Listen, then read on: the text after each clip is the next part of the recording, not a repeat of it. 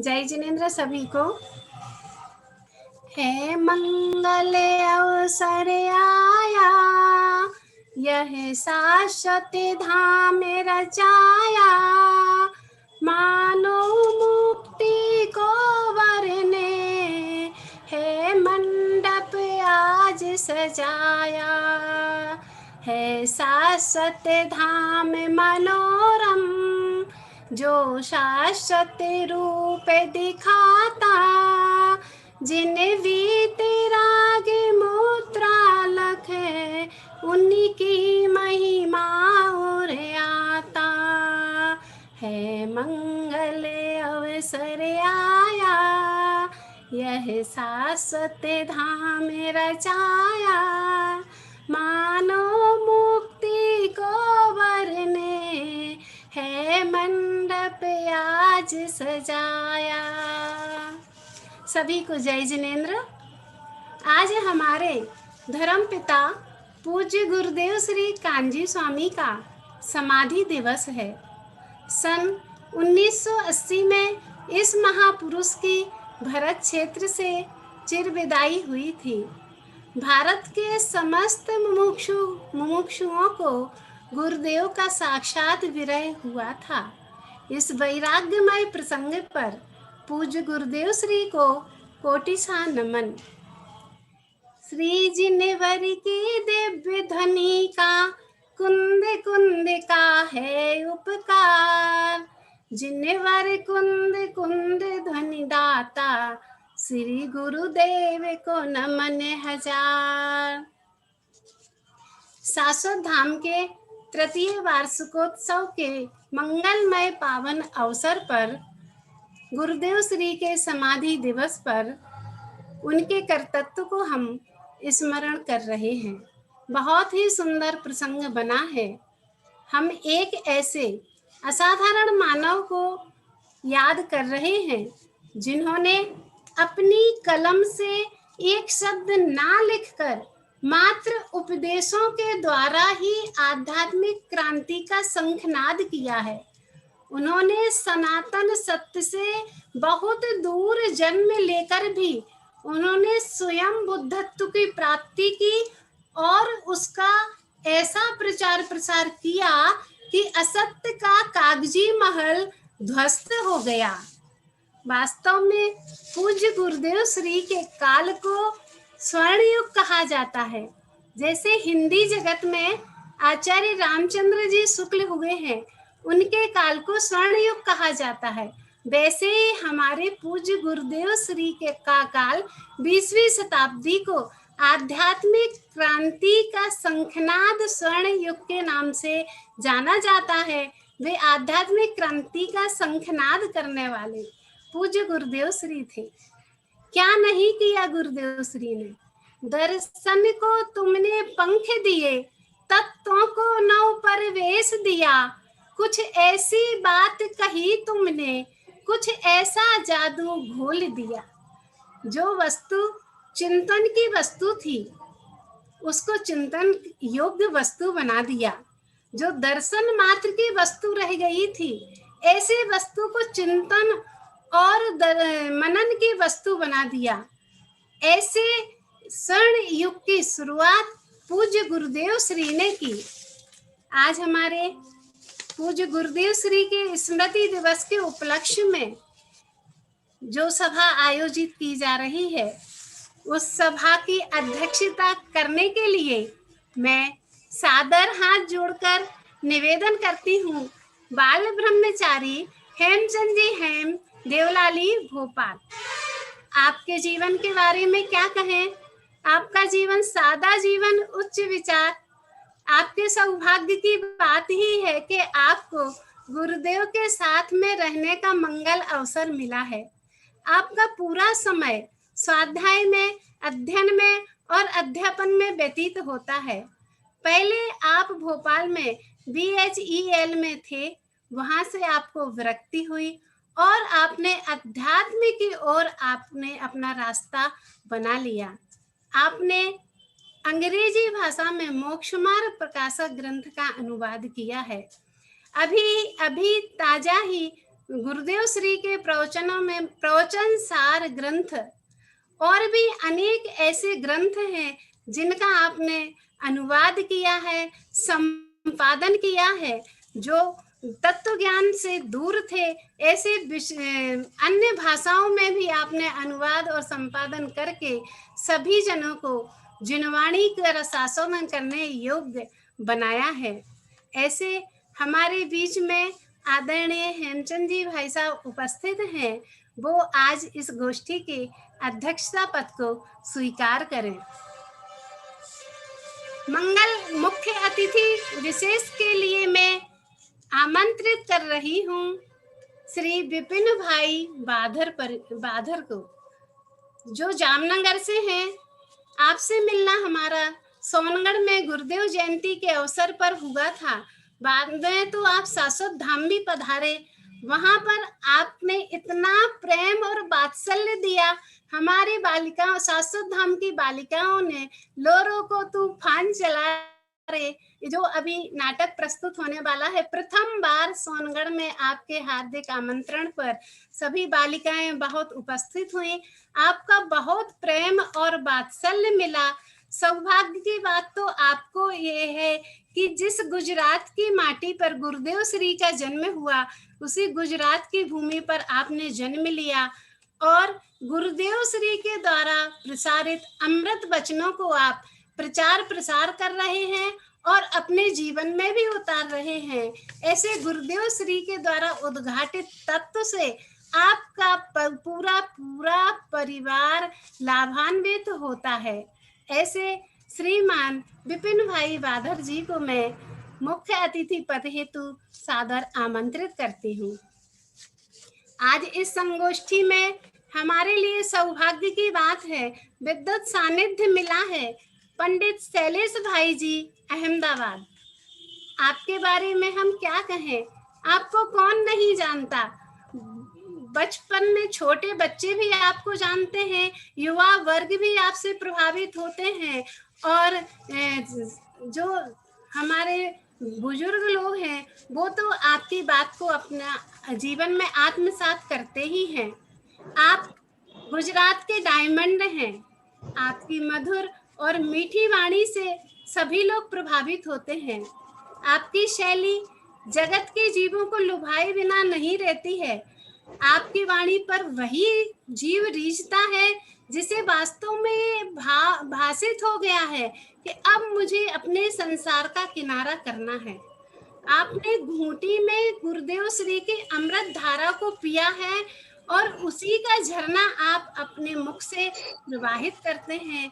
ऐसे गुजरात के डायमंड श्रीमान पंडित शैलेश भाई जी अहमदाबाद, उनको मैं अपनी सभा के बीच में पाकर बहुत ही प्रमुदित हो रही हूँ।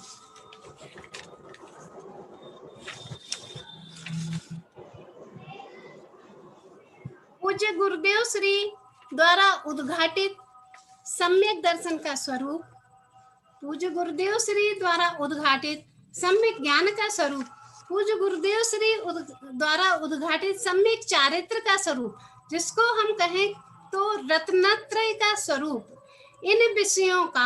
इन विषयों में निष्णात विद्वानों द्वारा हम इस गोष्ठी में लाभान्वित होंगे। आगम के गर्भ में छुपा हुआ अध्यात्म गुरुदेव श्री के अलावा और कौन बाहर निकाल सकता है। अध्यात्म की सूक्ष्मता पर हम चिंतन करते हैं तो हमारी विशुद्धि निर्मल हुए बिना नहीं रहती है। इस रत्नत्रय के स्वरूप को समझने के लिए जो ये रत्नत्रय है वो हमारी धरोहर है, हमारी संपत्ति है, हमारा खजाना है, ऐसा गुरुदेव श्री ने हमें बताया है। इसे समझने के लिए हमारी इस सभा में तीन विद्वान उपस्थित हैं जो मुझे इन 3 रत्नों का स्वरूप समझाएंगे। सम्यक दर्शन के बारे में हमें समझाएंगे पंडित श्री सुनील कुमार जी जैनापुरे, जो राजकोट गुजरात से हैं। आपके बारे में हम क्या कहें, आप बहुत अच्छे प्रवचनकार हैं, देश विदेश में तत्व जिज्ञासुओं को तत्व परोसते हैं। आप मराठी होते हुए भी आपकी हिंदी भाषा में और गुजराती भाषा में बहुत ही अच्छा कमांड है। आप गुरुदेव श्री के प्रवचनों पर प्रवचन करने में माहिर हैं। मुख्य बात तो ये है कि सभी लोग बच्चों को संस्कारित करने के लिए पाठशाला के रूप में आपको आदर्श मानते हैं कि राजकोट की पाठशाला जो आपके निर्देशन में संचालित हो रही है वह देश की नंबर 1 पाठशाला है। ऐसे सुयोग्य अनुभवी विद्वान श्रीमान सुनील जी जैनापुरे हमारे बीच में उपस्थित हैं। हम उनका हार्दिक स्वागत और अभिनंदन करते हैं। डॉक्टर प्रवीण जी, पंडित श्री प्रवीण जी, ये हमारे बीच में उपस्थित हैं। आप ध्रुवधाम बांसवाड़ा में आचार्य अकलंक देव जैन न्याय महाविद्यालय के प्राचार्य हैं। आपने सब सुना ही होगा, आपकी विशेष कक्षाएं करुणानि योग की चलती हैं। जैसे करुणानि योग के विषय में आप निष्णात हैं और आप सबको मालूम ही होगा कि बहुत सारे ग्रंथ आपको कंठस्थ हैं। जब आप स्मारक में अध्ययन करते थे तब मुझे कुछ समय स्मारक में रहने का अवसर मिला था, तो हमने आपको मंच पर ग्रंथों को कंठस्थ सुनाते हुए और आपको पुरस्कृत करते हुए स्वयं ही देखा है।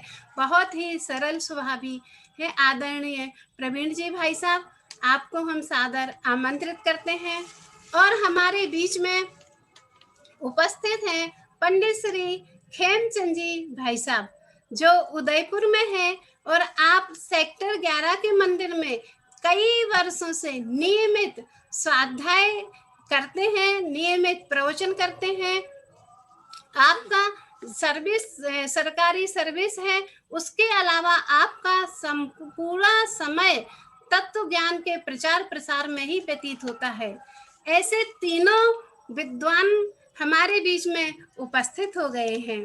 हमारी सभा अध्यक्ष महोदय से, मुख्य अतिथि महोदय से, विद्वत सानिध्य से, आज के मुख्य वक्ता गणों से सुशोभित हो चुकी है, सांसदों से सज चुकी है, मंगल वेला शुरू हो रही है।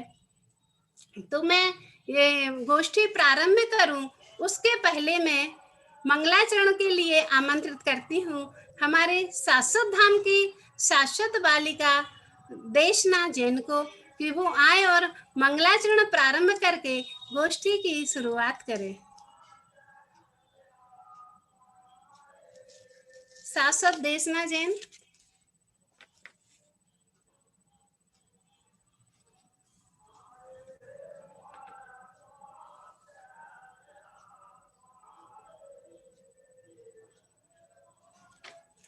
देशना जैन।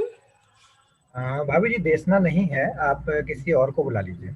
अच्छा जी, मैं रश्मि जैन से निवेदन करती हूँ। रश्मि जैन मंगलाचरण शुरू करें, कार्यक्रम की शुरुआत करें।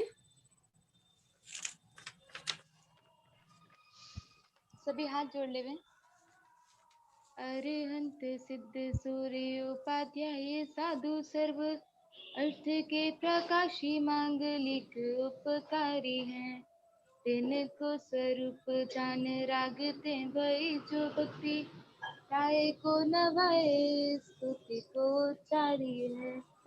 धन्य धन्य तुम इस काज शब आज गए, कर जोरी बारंबार वंदना हमारी है। मंगल कल्याण सुख ऐसो हम चाहत हैं, हो मेरी ऐसी दशा जैसी तुम धारी है, हो मेरी ऐसी दशा जैसी तुम धारी है।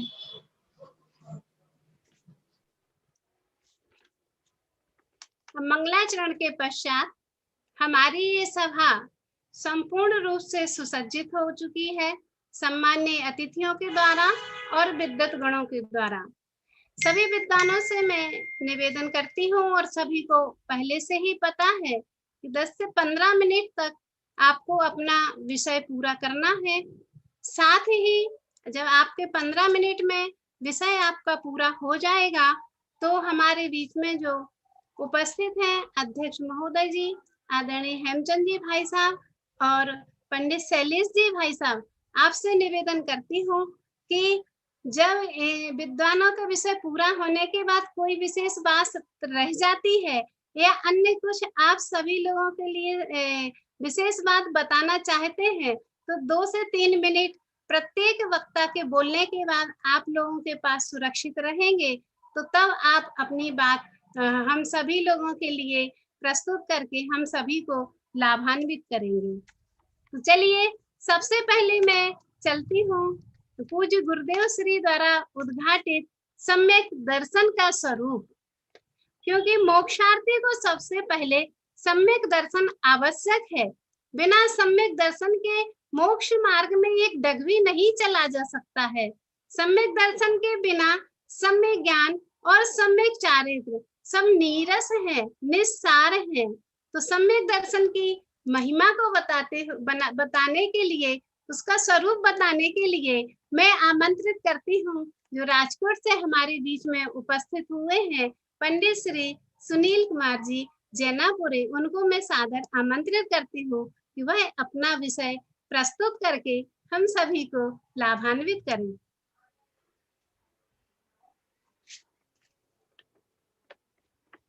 अहो भक्त चिदात्माना सिमंधर वीर कुंदना पायांतर विभवो तारा तारे नाव मुमुक्षुना। शाश्वत धाम के वार्षिक उत्सव पर्व के उपलक्ष्य में और हम आप सबके धर्म पिता पूज्य गुरुदेव श्री के समाधि दिवस के इस प्रसंग पर पूज्य गुरुदेव श्री द्वारा उद्घाटित रत्नत्रयों का स्वरूप, सम्यक दर्शन, सम्यक ज्ञान, सम्यक चारित्र का स्वरूप, इस संगोष्ठी के अंतर्गत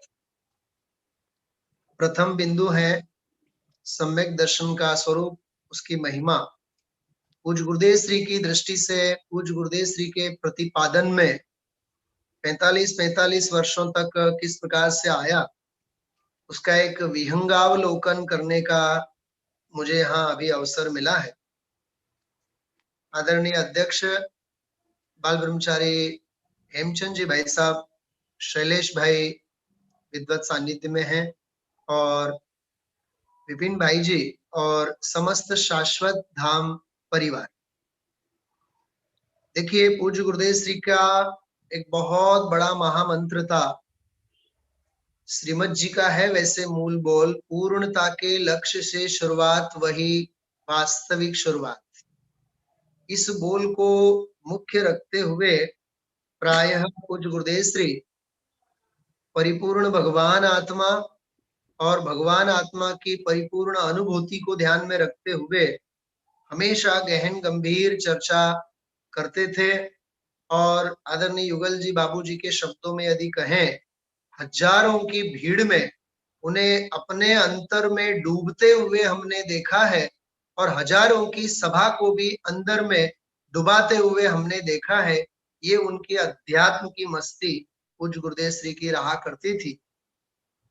गुरुदेव श्री ने बहुत बुद्धिपूर्वक स्वाध्याय भवन सोनगढ़ के अंतर्गत अपने अंतेवासी शिष्यों के द्वारा एक बहुत सुंदर वाक्य लिखवाए रखा था कि मूल में मूल कोई यदि है तो दर्शन विशुद्धि है।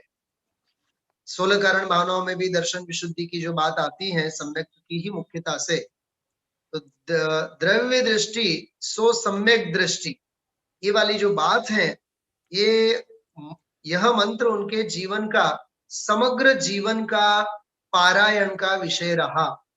क्योंकि आप यदि बारीकाई से देखें, गुरुदेव श्री के जो वचनामृत के नाम से जो पुस्तिका है, उसमें बोल नंबर 4 है। बहुत छोटा सा बोल है लेकिन अपने आप में बहुत बड़ा गंभीर है। दर्शन शुद्धि से ही आत्म सिद्धि है, ऐसा एक मार्मिक वाक्य है। दर्शन शुद्धि थी ज आत्म सिद्धि छे। दर्शन शुद्धि से ही आत्म सिद्धि होती है और है, ऐसा रहस्योद्घाटन उस बोल के अंतर्गत पूज्य गुरुदेव श्री ने किया।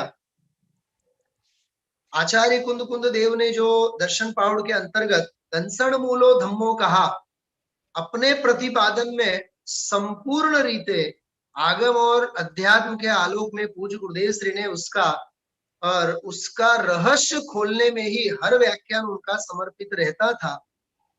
क्या सम्यक्त की पात्रता, क्या सम्यक्त की योग्यता, क्या सम्यक्त का लाक्षणिक वैशिष्ट्य, क्या परिभाषा, क्या उनके भेद प्रभेद, क्या सम्यक्त की महिमा, क्या आगम और अध्यात्म के सम्यक्त के संदर्भ में आधारों का प्रस्तुतिकरण, यहाँ तक कि दृष्टि का विषय भी, दृष्टि और दृष्टि का विषय भी पूज्य गुरुदेव श्री सम्यक्त के संदर्भ में ही किया करते थे।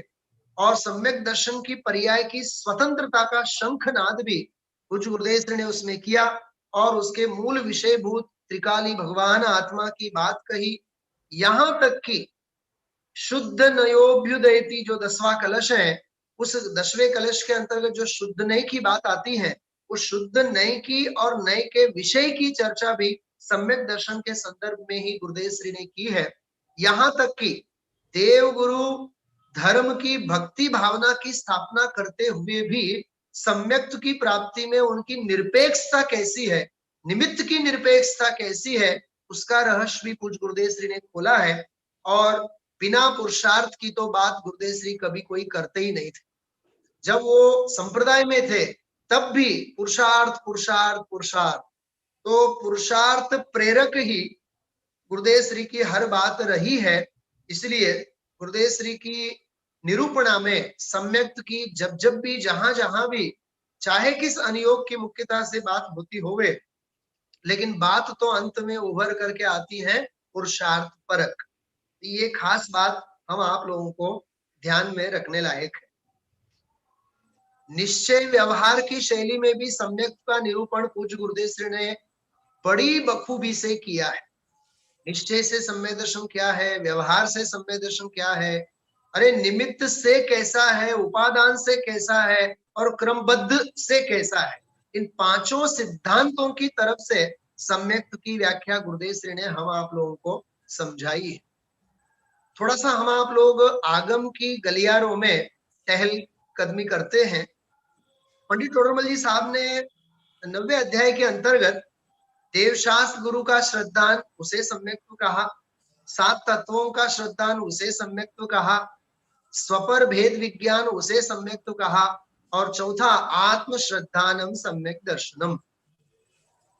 मैं बहुत विस्तृत बात नहीं करना चाहता हूं। पूज्य गुरुदेव श्री ने इन 4 परिभाषाओं के ऊपर किसी परिभाषा और किसी व्याख्या के ऊपर जोर दिया है, तो वह चौथी परिभाषा है आत्म श्रद्धान ही सम्यक दर्शन है। क्योंकि अंतिम ग्रीवक लौ की हद पायो अनंत विरिया पद छड़ाला की पंक्तियों को गुनगुनाते हुए, अरे अभव्य जैसे जीव को भी याद करते हुए, अरे वो 11-11 अंग का पाठी भी हो जावे, सारा जीवन सारी जिंदगी भव भव तक देवशास्त्र गुरु आदि की श्रद्धा खूब कर लेवे, अरे 7 तत्वों का श्रद्धान भी खूब कर लेवे, और स्व और पर के भेद विज्ञान के नाम से न जाने ज्ञान के कहां कहां कौन कौन से प्रमेयों को जान लेवे, लेकिन यदि आत्म श्रद्धा नहीं है, स्वरूप की श्रद्धा नहीं है, तो सम्यक दर्शन 3 काल में हो ही नहीं सकता है। मानो आत्म दर्शन और सम्यक दर्शन, इनको पर्यायवाची के रूप में यदि प्रस्तुत करने का कार्य जीवन भर किसी ने किया है तो पूज्य गुरुदेव श्री ने किया है। ये मैं बात इसलिए कह रहा हूं क्योंकि भव भव में, जैसे परमात्म प्रकाश में भी बात आती है, भव भव में मैंने समो शरण में तीर्थंकर भगवंतों को सोने की थाली से, चांदी की थाली से, हीरा मानिक मोती से मैंने पूजन की, लेकिन भव भव में मैंने अपने आत्म दर्शन सम्यक दर्शन करने का कभी प्रयत्न नहीं किया। एक बात तो आपको ये सुन करके आश्चर्य होगा कि बहन श्री जो थी, वो बहन श्री एक बात कहा करती थी, इस पंचम काल के कोई अजूबे हैं, अचंबा कोई है तो पूज्य गुरुदेव श्री है। इसलिए इस अर्थ में, क्योंकि इस कठिन पंचम काल में जो काम हम आप लोग नहीं कर पाते हैं वो काम करके दिखाया है, इसलिए वे अपने आप में एक अजूबे हैं, अचंबे। थोड़ी सी मैं इस सम्यक्त की व्याख्या के संदर्भ में जो रहस्य गुरुदेव श्री ने खोला है उसमें मैं दो चार बातें बहुत गहराई से ज्ञान गोष्ठी के आधार से कहना चाहता हूं। ज्ञान गोष्ठी ग्रंथ के अंतर्गत 208 नंबर के प्रश्नोत्तरी से लेकर के 339 नंबर के प्रश्नों तक लगभग 130-31 प्रश्नोत्तर केवल और केवल सम्यक दर्शन, सम्यक ज्ञान और सम्यक चारित्र से संबंधित ही प्रश्नोत्तर है। उसमें कई सारे आयाम पूज्य गुरुदेव श्री ने स्पष्ट किए हैं। वो उस काल में 1976, 1975, 1980, 89 उन सालों में वो सारे के सारे प्रश्नोत्तरी के छपे हुए सारे अंश हैं। तो देखिए इसमें एक छोटा सा प्रश्न है, बहुत बढ़िया, 210 नंबर का। सम्यक दर्शन प्रकट करवा माटे पात्रता केवा प्रकारनी जोई। ये पूछा सम्यक्त के लिए पात्रता कैसी चाहिए। तो देखिए गुरुदेव श्री ने कितना बढ़िया जवाब दिया। पर्याय सीधी द्रव्य ने पकड़े ते सम्यक दर्शन की पात्रता छे। ये कह रहे हैं पर्याय सीधी सीधी द्रव्य स्वभाव को पकड़े यही सम्यक्त की पात्रता है। बाकी व्यवहार पात्रता तो घना प्रकारे कहवाय। व्यावहारिक पात्रता तो अनेक प्रकार से कही जा सकती है, लेकिन मूल पात्रता तो द्रव्य स्वभाव, आत्म स्वभाव को पकड़ने की ही होनी चाहिए। एक दूसरा प्रश्न है इसमें 212 नंबर का प्रश्न। उसमें ये लिखा कि सम्यक दर्शन प्राप्त करने के लिए पात्रता का लक्षण क्या है। देखिए पात्रता क्या नहीं, पात्रता का लक्षण क्या है। तो गुरुदेव श्री जवाब देते हैं कि एने पोताना आत्मानु हित करवा माटे, अपने आत्मा का हित करने के लिए अंदर थी खरी धगश होए, सच में अंदर की पीड़ा होवे, आत्मा ने पामवानी तालावेली होए, आत्मा को पाने की यदि अंदर में पीड़ा होवे, दरकार गरज होवे और खरे खरी दरकार होए, सचमुच में अंदर की धगश होवे, तो कहीं भी काम अटकता नहीं है, सम्यक तो हुए बिना नहीं रहता है। ये जवाब दिया गुरुदेव श्री ने। अच्छा देखिए आप लोगों ने डॉक्टर साहब का निबंध पढ़ा होगा शुद्धात्मानुभूति और तत्व विचार। उस संदर्भ में गुरुदेव श्री को सवाल किया गया तत्व विचार इस सम्यक दर्शन पाने का निमित्त है, तो मूल साधन क्या है। देखो मूल साधन क्या है। गुरुदेव श्री जवाब देते हैं मूल साधन तो अंदर में आत्मा है, दृष्टि का जोर वहां जाना चाहिए और मैं तो परमात्मा ही हूं, ऐसा जोर अंदर में जाना चाहिए। विश्वास ऐसा आना चाहिए, अंदर से हृदय ढंडोलना चाहिए। और उससे पहले तत्व के विचार तो होते हैं, लेकिन उसकी भी रुचि छोड़कर अंदर में जाता है, तब विचार भी शांत होते हैं और आत्मानुभूति हो जाती है। ऐसी सुंदर बात वस्तु विचारत ध्यावते मन पावे विश्राम, रस स्वादत उपजे अनुभव ताको नाम। प्रायः छठा जो कलश है, एकत्वे नियतस्य वाला जो कलश है, उस कलश में एक बात आती है, पांडे राजमल जी साहब ने लिखी है कि भेद रूप 7 तत्वों के श्रद्धा को मिथ्या दर्शन कहते हैं। याद रखना, मैं दोबारा बोलता हूं, भेद रूप 7 तत्वों के श्रद्धा को मिथ्या दर्शन कहते हैं। गुरुदेव श्री इस बात को ढाल बना के बोलते थे, अरे भूतार्थ का श्रद्धान वह सम्यक दर्शन है। ये जीव है, अजीव है, आश्रव है, बंध है, संवर है, भेद रूप श्रद्धा जब तक रहेगा तब तक सम्यक तो हो ही नहीं सकता है। ऐसी सुंदर बात गुरुदेव श्री ने कही। और 13वीं गाथा के आधार से ही गुरुदेव श्री भूतार्थ एक सामान्य स्वरूप जो ध्रुव भगवान आत्मा है, वही सम्यक दर्शन का विषय है और उसकी दृष्टि हुए वह सम्यक तो हुए बिना नहीं रहता है। ऐसा रहस्य पूज्य गुरुदेव श्री ने खोला है। थोड़ा सा मैं एक शुद्ध नए के आलंबन वाली बात कर रहा हूं। 10वां कलश है, मेरे ख्याल से शाश्वत बालिकाएं सबको मोस्टली याद होगा ये कलश। आत्म स्वभावम पर भाव भिन्नम आपूर्णम आद्यंत विमुक्तम एकम विलीन संकल्प विकल्प जालम प्रकाशयन शुद्ध नयोभ्युदेति। उस संदर्भ में गुरुदेव श्री से प्रश्न पूछा गया, इस समय सार में शुद्ध नय का आलंबन लेना कहा है, तो शुद्ध नय तो ज्ञान का अंश है, भाव शुद्ध ज्ञान का अंश है, तो शु अंश का आलंबन लेने से सम्यक दर्शन होगा। तो गुरुदेव श्री ने जवाब दिया सचमुच में तो खरेखर शुद्ध नय का आलंबन कब कहलाएगा? स्वामी जी बोल रहे हैं शुद्ध नय का आलंबन कब कहलाएगा कि एकला अंश ने पकड़े, एक अकेले अंश को पकड़े, उसका नाम शुद्ध नय का आलंबन नहीं, बल्कि ज्ञान का अंश अंदर में जाकर के त्रिकाली द्रव्य के साथ अभेद एक के रूप में जब परिणमन होता है तब शुद्ध नय प्रकट हुआ ऐसा कहलाएगा, शुद्ध नय का आलंबन लिया ऐसा कहलाएगा। सच में तो शुद्ध स्वभाव का आलंबन है, शुद्ध नय के विषय का आलंबन है, ध्रुव का आलंबन है। ऐसी अद्भुत बात गुरुदेव श्री ने उस प्रकरण में कही है। इस प्रकार से सम्यक दर्शन के अनेक अनेक प्रकार के जो है आध्यात्मिक परिवेश में पूज्य गुरुदेव श्री ने हम आप लोगों को परिभाषाएं दी है, समझाई है। एक 264 नंबर का बोल मैं केवल उसका मूल भाव पकड़ कह करके मेरी बात पूरी करता हूं। सच में आत्मा की सच्ची समझण वही सम्यक्त्व है, आत्मा का सही ज्ञान वही सम्यक ज्ञान है और आत्मा की रमणता वही सम्यक चारित्र है। इतनी सुंदर परिभाषा गुरुदेव श्री ने दी है।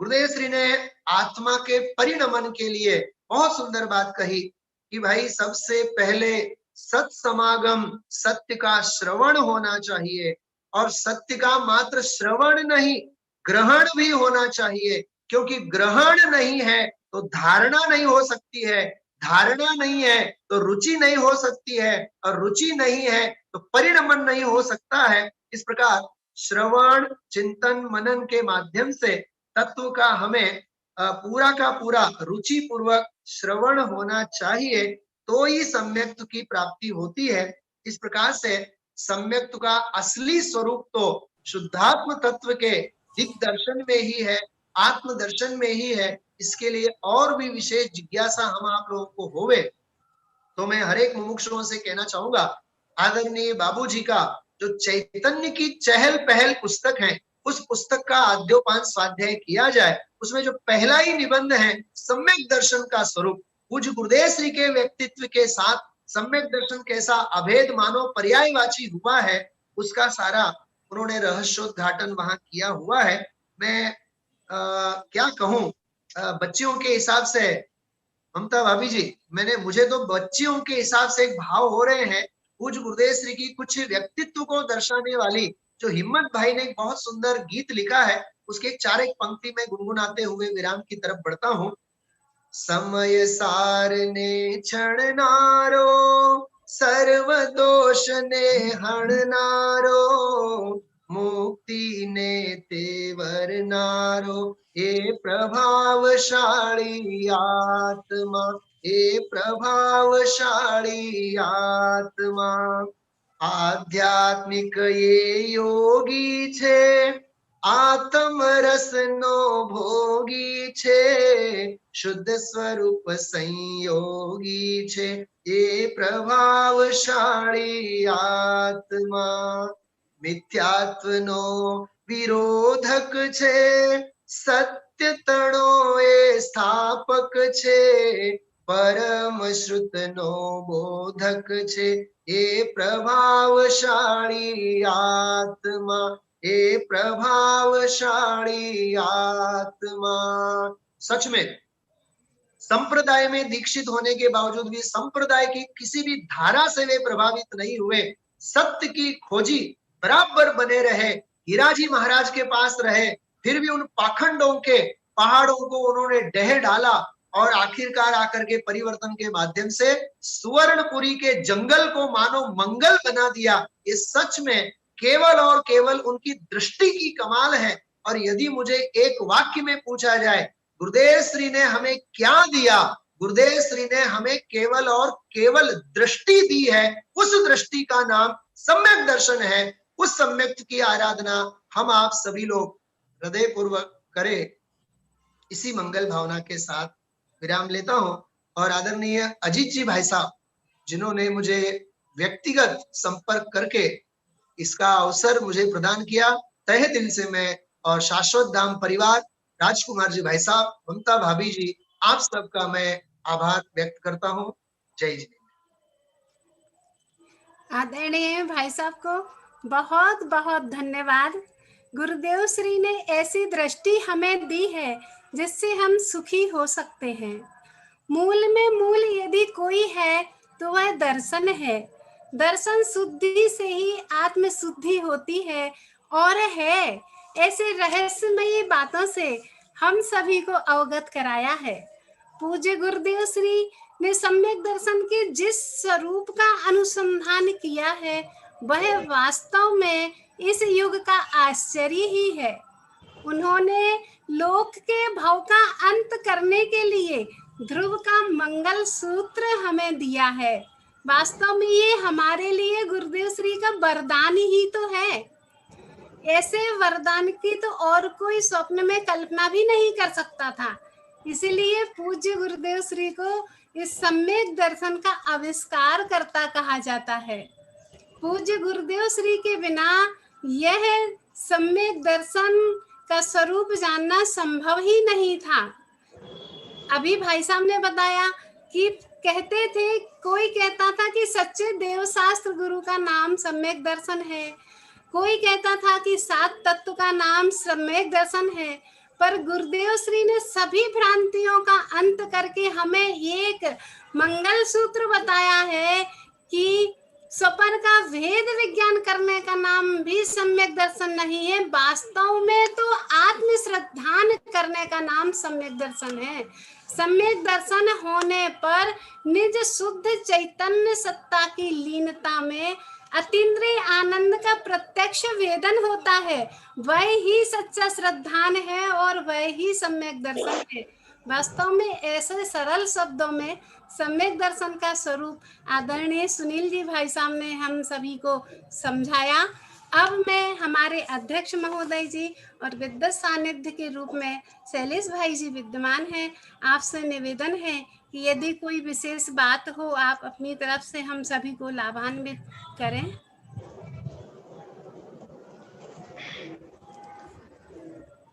आत्मज्ञान ही ज्ञान है, शेष सभी अज्ञान।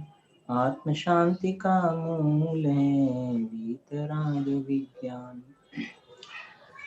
भाई सुनील जी ने काफी सम्यक्त्व के संबंध में गुरुदेव श्री के आधार से बातें स्पष्ट की हैं।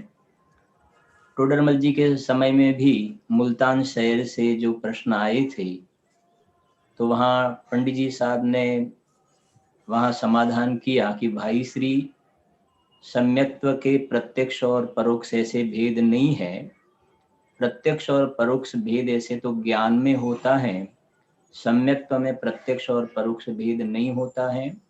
गुरुदेव श्री ने ये सम्यक दर्शन के संबंध में 11वें नंबर की गाथा का आधार देकर के बार बार कहते थे, भूतार्थ के आश्रय से जो वहां बताया, सुदृष्टि निश्चय होय से व्यवहार सम्यक्त्व की चर्चा 11वें नंबर की गाथा में आए कि व्यवहार के कथन जिनवाणी में बहुत हैं, शुद्ध नय का उपदेश विरल है।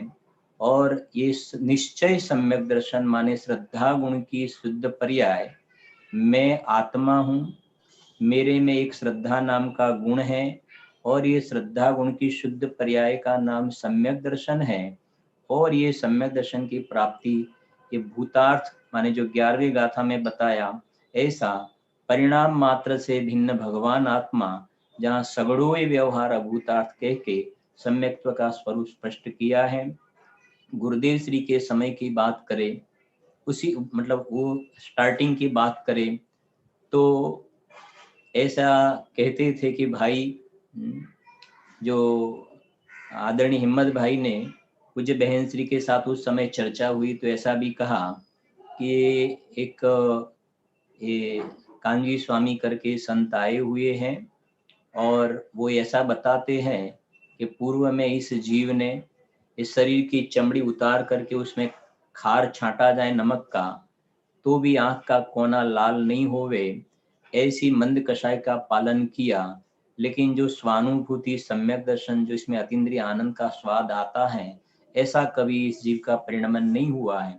ऐसी कोई अद्भुत बात करते हैं तो पूज्य गुरुदेव श्री ने वास्तव में हमें सम्यक्त्व का ऊंचा वास्तविक रियल स्वरूप जो हमें बताया और सभी आत्मार्थी जीव अपनी पर्याय में ऐसा निश्चय सम्यक्त्व प्रकट करके कृतकृत्य दशा को प्राप्त होवे, ऐसी मंगल कामना।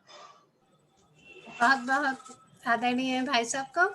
और अब मैं गुरुदेव श्री द्वारा उद्घाटित सम्यक ज्ञान का स्वरूप बताने के लिए आमंत्रित करती हूँ पंडित श्री खेमचंद जी भाई साहब को कि वो गुरुदेव श्री द्वारा उद्घाटित सम्यक ज्ञान के स्वरूप पर दृष्टिपात करें। सम्यक श्रद्धाधारी पुनि सेवहु सम्यक ज्ञान, स्वपर अर्थ बहु धर्म जुत जो प्रगटावन भान। सम्यक दर्शन के पश्चात सम्यक ज्ञान का सेवन करना चाहिए, क्योंकि वह स्व और पर अर्थों को प्रगटाने के लिए भानु सूर्य के समान है।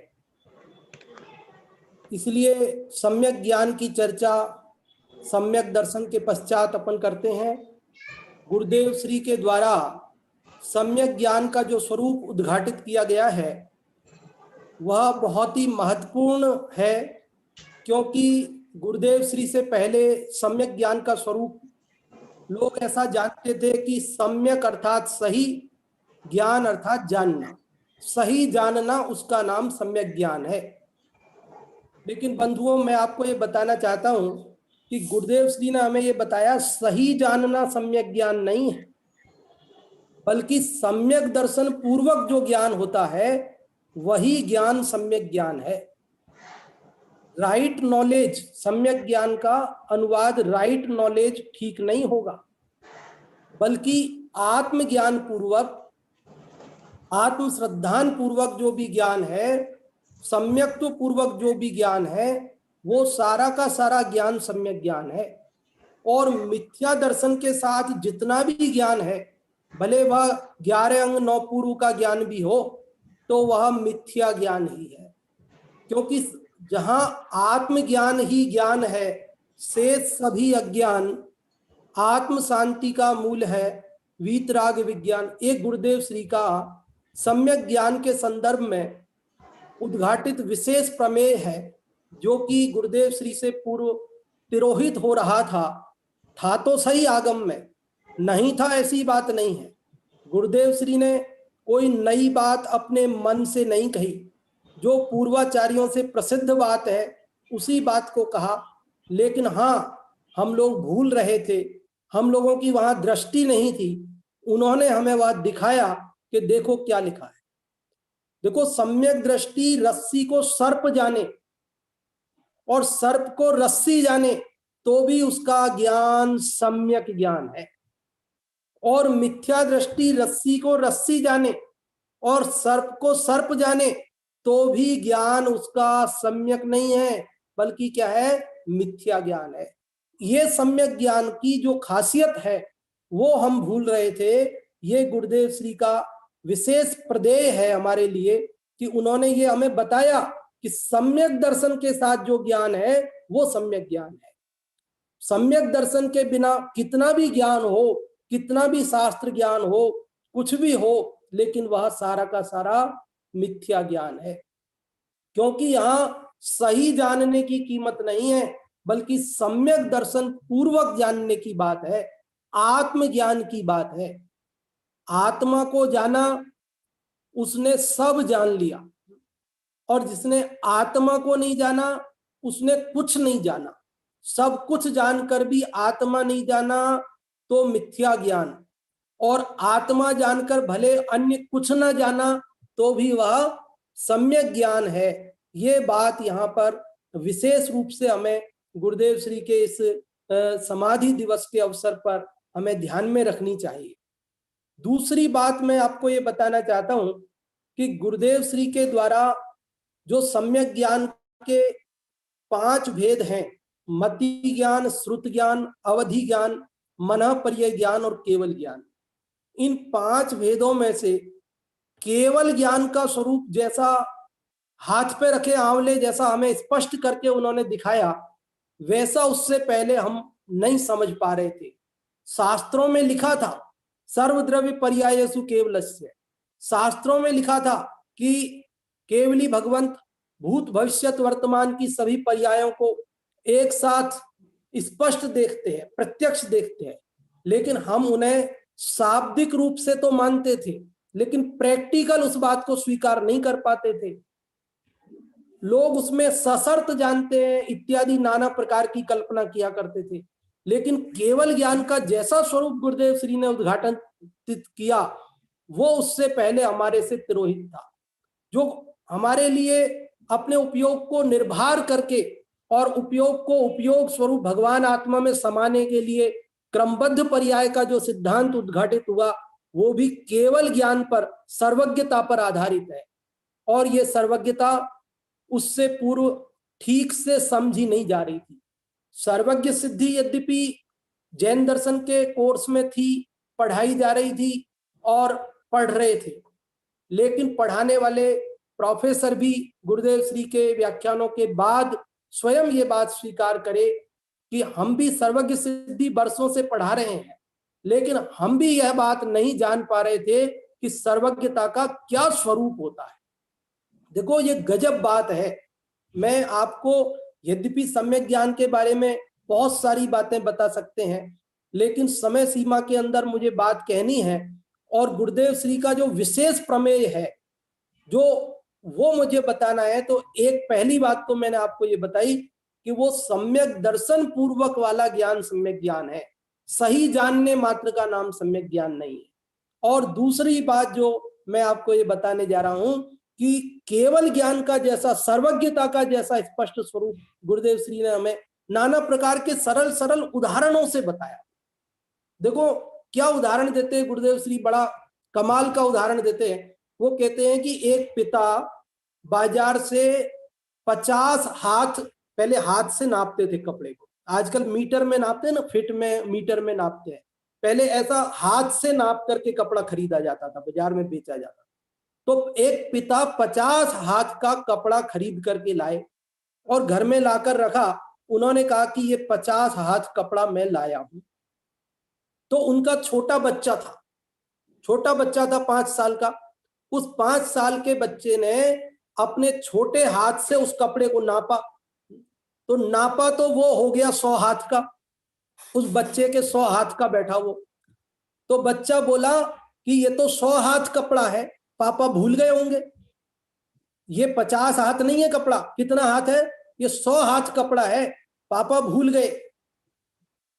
तब उस बच्चे को समझाया कि भैया तुम्हारा हाथ छोटा है, लोक व्यवहार में नापने के लिए तुम्हारे हाथ का व्यवहार नहीं चलता है, लोक व्यवहार में नापने के लिए हाथ हमारा युवाओं का चलता है, इसलिए ये कपड़ा हमारे हाथ से जब हमने नापा है जो लोक व्यवहार में प्रचलित है तो ये 50 हाथ है, तुम्हारा हाथ छोटा है इसलिए 100 हाथ लग रहा है तुम्हें, लेकिन हम भूले नहीं है ये पूरा 50 हाथ ही है, 100 नहीं है।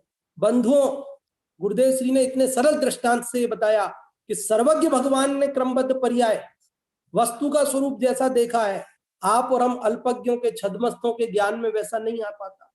तो हम कहते हैं कि सर्वज्ञ ने शायद ऐसा नहीं कहा होगा, ऐसा नहीं देखा होगा, ऐसा तो नहीं हो सकता। हम कहते हैं आलू में जीव दिखते तो है ही नहीं, लेकिन जब सर्वज्ञ भगवान ने देखे हैं, बिना छने पानी में हम कहते हैं जीव दिखते तो है ही नहीं, लेकिन सर्वज्ञ भगवान ने देखे हैं। हम कहते हैं रात्रि भोजन में क्या हिंसा है, बल्कि रात में अभी तो लाइट है, इतना बढ़िया प्रकाश है, पहले जमाने में लाइट नहीं थी इसलिए ये बात कही गई कि दिन से भोजन करो। लेकिन बंधुओं हमें नहीं दिखता तो क्या हुआ, सर्वज्ञ भगवान ने तो देखा है। तो ये जो सर्वज्ञ भगवान के ज्ञान का, केवल ज्ञान का स्वरूप गुरुदेव श्री के द्वारा स्पष्ट हुआ। देखो वाणी के आधार से सर्वज्ञता सिद्ध की। एक व्यक्ति मकान के अंदर, कमरे के अंदर बंद होकर के वीणा बजा रहा है और बाहर सुनने वाला उस वीणा की आवाज को, तान को सुन करके ये अंदाजा लगा लेता है कि अंदर बजाने वाला, वीणा बजाने वाला जो व्यक्ति है वो कुशल है या अकुशल है, उसे वीणा बजाना आता है कि नहीं आता है। उसने उस व्यक्ति को नहीं देखा है, उसकी कला को सामने जाकर नहीं देखा है, लेकिन उसकी ध्वनि घर के बाहर जो आ रही है उसे सुन करके उसने अंदाजा लगा लिया कि यह व्यक्ति कुशल वीणा वादक है या नहीं है। इसी प्रकार वक्तृत्व से, वाणी से, दिव्य ध्वनि से, जिनवाणी से सर्वज्ञता का हमें बोध होता है। उनकी वाणी जो निर्दोष है, वाणी जो पूर्वापर विरोध रहित है, इससे यह बात सिद्ध होती है कि वे सर्वज्ञता का क्या स्वरूप है, केवल ज्ञान का क्या स्वरूप है, वो हम छद्मस्तों के ज्ञान में भले सीधे सीधे ना आता हो, लेकिन उनकी वाणी के माध्यम से वह बात हमें सहज समझ में आती है। तो तीसरी बात मैं ये बताता हूं कि सम्यक दर्शन के जैसे 8 अंग प्रसिद्ध हैं, सब जानते हैं, निसंकित आदि, उसी प्रकार सम्यक ज्ञान के भी 8 अंग बताए गए। आप और हम में से बहुत से भाई उन 8 अंगों के बारे में अपरिचित हैं, लेकिन सम्यक ज्ञान के भी जैसे सम्यक दर्शन के 8 अंग हैं, वैसे सम्यक ज्ञान के भी 8 अंग हैं। शब्दाचार, अर्थाचार, उभयाचार, अनिन्नवाचार, उपधानाचार, बहुमानाचार, विनयाचार और कालाचार, उनको भी हमें ध्यान रखना चाहिए। शब्द जिनवाणी के शुद्ध बोलना चाहिए, शुद्ध लिखना चाहिए, उनका जहां जैसा अर्थ हो वैसा समझना चाहिए। गुरुदेव श्री बार बार कहते, जहां जहां जे जे योग छे तहां समझबूते, कि जहां जिस शब्द का जो अर्थ है, जो प्रसंग है, जिस नए से जो बात कही जा रही है, उसको वहां वैसा हमें समझना चाहिए। तो ये सम्यक ज्ञान के जो अंग हैं उन पर भी हमें थोड़ा ध्यान देना चाहिए। एक और बात, चौथी बात कहकर के मैं अपनी बात को विराम दे दूंगा, जो कि बहुत महत्वपूर्ण बात है। देखिए, यद्यपि सम्यक दर्शन को हम मोक्ष महल की पहली सीढ़ी कहते हैं, सम्यक दर्शन की चर्चा हम सबसे पहले करते हैं, जैसा कि अभी भी हमने इस गोष्ठी में की है, लेकिन मैं आपसे ये कहना चाहता हूं कि सम्यक दर्शन से भी महत्वपूर्ण यदि कोई है तो वो सम्यक ज्ञान। अब मैंने ये बात कही है तो मुझे सिद्ध भी करना होगी कि भाई ये कैसे है, क्योंकि हमने तो सुना है, पढ़ा है मोक्ष महल की प्रथम सीढ़ी सम्यक दर्शन को, और यहाँ आप कह रहे हो कि सम्यक ज्ञान पहली सीढ़ी है। तो हम ये कहना चाहते हैं कि देखिए, सम्यक ज्ञान ही वो चीज है जो श्रद्धा को सम्यक बनाती है। सम्यक दर्शन सच्ची श्रद्धा का नाम है, लेकिन सच्ची श्रद्धा सही ज्ञान के बिना नहीं हो सकती। अगर ज्ञान सही ना हो तो श्रद्धा सही कैसे होगी? श्रद्धा को सही होने के लिए जो काम होता है, जो पुरुषार्थ होता है, जिस पुरुषार्थ की बात अभी भाई हमारे सुनील जी भी कर रहे थे, वो पुरुषार्थ का सारा काम ज्ञान में होता है। श्रद्धा में कोई पुरुषार्थ नहीं होता, पुरुषार्थ का काम ज्ञान में होता है। क्योंकि श्रद्धा, आपने सुना होगा, अंधी है। श्रद्धा तो वो स्वीकार कर लेती है, लेकिन क्या स्वीकार करेगी वो ज्ञान पर निर्धारित है। ज्ञान आंख है, नेत्र है, मनुष्य का तीसरा नेत्र है। लिखा है ऋते ज्ञाना न मुक्ति, ज्ञान के बिना मुक्ति नहीं है। गुरुदेव श्री को सबसे ज्यादा यदि कोई प्रिय ग्रंथ था तो वो आप बता सकते हैं, समय सार। कौन सा प्रिय ग्रंथ था? समय सार। और छोटा समय सार किसे कहते थे वे? छह ढाला को, क्योंकि छह ढाला भी उन्हें समय सार जैसा ही प्रिय था। उसका दूसरा स्थान नहीं था, दूसरा स्थान तो मोक्ष मार्ग प्रकाशक का था, लेकिन छह ढाला का पहला ही स्थान था, उसको दूसरे स्थान पर नहीं रखना चाहते हैं, इसलिए उसे कहते हैं छोटा समय सार। मतलब उसे समय सार में शामिल मानते, पहले स्थान पे रखते हैं। उस पहले स्थान पे रखे गए छह ढाला ग्रंथ में क्या लिखा है? जे पूरब शिव गए जाहि अरु आगे जय हैं, सो सब महिमा ज्ञान तनी मुनिनाथ कहे हैं।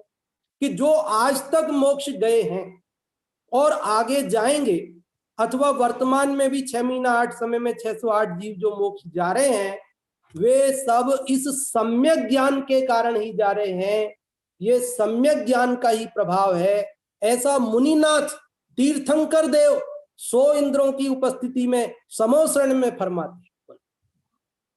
तो ये सम्यक ज्ञान को हमें कमतर नहीं समझना चाहिए, क्योंकि श्रद्धा का जो पलटने का काम है, सम्यक होने का जो काम है, वो ज्ञान में होगा। ज्ञान के द्वारा हम सही जानेंगे तो श्रद्धा, जब सही बात जानने में आ जाएगी तो श्रद्धा हमारी सम्यक हो जाएगी, और जब हम गलत जानेंगे तो श्रद्धा हमारी गलत रहेगी। इसलिए ये सम्यक ज्ञान, ज्ञान का क्या महत्व है, उसी छडाला में क्या लिखा, ज्ञान समान न आन जगत में सुख को कारण, ये परमामृत जन्म जरा मृत्यु रोग निवारण। यह ज्ञान के समान अन्य कुछ भी जगत में सुख का कारण नहीं है। यह परम अमृत है जो कि जन्म जरा मृत्यु रूपी रोग का निवारण करने वाला है, नाश करने वाला है। ये फिर एक प्रश्न आपका बाकी रह जाएगा कि ये सब बातें तो आपने कह दी कि सम्यक दर्शन से भी महान सम्यक ज्ञान है, तो सम्यक ज्ञान को दूसरे नंबर पे क्यों रखा? तत्वार्थ सूत्र में भी सम्यक दर्शन ज्ञान चारित्राणि मोक्ष मार्ग, पहले तो सम्यक दर्शन ही रखा है, सम्यक ज्ञान तो दूसरे नंबर पे रखा। तो आप कह रहे हो कि सम्यक ज्ञान महान है तो उसे पहले रखना चाहिए था, पहले नहीं रखा, दूसरे पे रखा, बीच में रखा, तो उसका क्या कारण है? तो बंधुओं, इसका बहुत सुंदर कारण है, इसका बहुत ही बढ़िया कारण है। मैं आप सबका ध्यान चाहूंगा, यहाँ पर सभी बंधु जितने भी सुन रहे हैं सबका मैं ध्यान यहाँ विशेष रूप से चाहूंगा कि इसका बहुत सुंदर कारण है। आचार्यों ने उसे पहले स्थान पे नहीं रख के दूसरे पे रखा, बीच में रखा। उसका कारण है मध्यमणि न्याय। मध्यमणि न्याय से सम्यक ज्ञान को बीच में रखा है। मध्यमणि न्याय जानते हैं आप?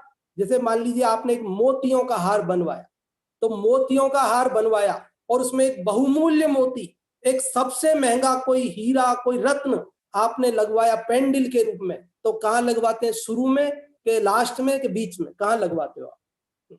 हार में जो पेंडिल लगाया जाता है, जो महत्वपूर्ण मोती लगाया जाता है, जो बढ़िया वाला लगाया जाता है, वो कहाँ लगाया जाता है? तो वो बीचों बीच लगाया जाता है हार में। तो ऐसे सम्यक दर्शन, सम्यक ज्ञान और सम्यक चारित्र, उन तीनों में सबसे महान है सम्यक ज्ञान। इसलिए सम्यक ज्ञान को मध्यमणि न्याय से आचार्यों ने बीच में रखा है, क्योंकि सम्यक ज्ञान ही वो चीज है जो श्रद्धा और चारित्र दोनों को कंट्रोल करता है। अगर सम्यक ज्ञान ना हो तो श्रद्धा मिथ्या हो जाती है, सम्यक ज्ञान ना हो तो चारित्र मिथ्या हो जाता है। लेकिन ये ज्ञान ही वो चीज है जो श्रद्धा को सम्यकता प्रदान करता है और चारित्र को सही दिशा दिखाता है। इसलिए बंधुओं, मैं आपको आज गुरुदेव श्री के समाधि दिवस पर, हम उन्हें उपकार दिवस के रूप में इस दिवस को मनाते हैं। बंधुओं, एक बात कहकर के बात को विराम देता हूं, और मैं शाश्वत धाम परिवार का आभारी हूं, भाई साहब राजकुमार जी का विशेष आभारी हूं कि उन्होंने मुझे इस गोष्ठी में बोलने का अवसर दिया। गुरुदेव श्री के उपकार दिवस पर एक और बात कहकर मैं अपनी बात को विराम देता हूं कि मान लीजिए हम किसी को प्यासे को पानी पिला दें तो घंटा आधा घंटे का आराम मिलेगा, उसको आकुलता मिटेगी। अगर भोजन करा दें तो 4-6 घंटे का आराम मिलेगा। अगर वस्त्र दे दें तो क्या होगा कि 6 महीने का उसका आकुलता मिटेगी। लेकिन यदि उसे ज्ञान दे दें, पढ़ा दें, तो वो जीवन भर निराकुल रह सकता है। लेकिन यदि उसे आत्मज्ञान दे दें, आत्मज्ञान करा दें, तो वह अनंत काल के लिए सम्यक प्रकार सुखी हो सकता है। और गुरुदेव श्री का ये उपकार है हमारे ऊपर कि उन्हें हमें आत्मज्ञान कराया है, सम्यक ज्ञान कराया है। इसलिए मैं उस उपकार दिवस पर गुरुदेव श्री के श्री चरणों में अपनी श्रद्धांजलि समर्पित करता हूं। सभी को जय जिनेन्द्र।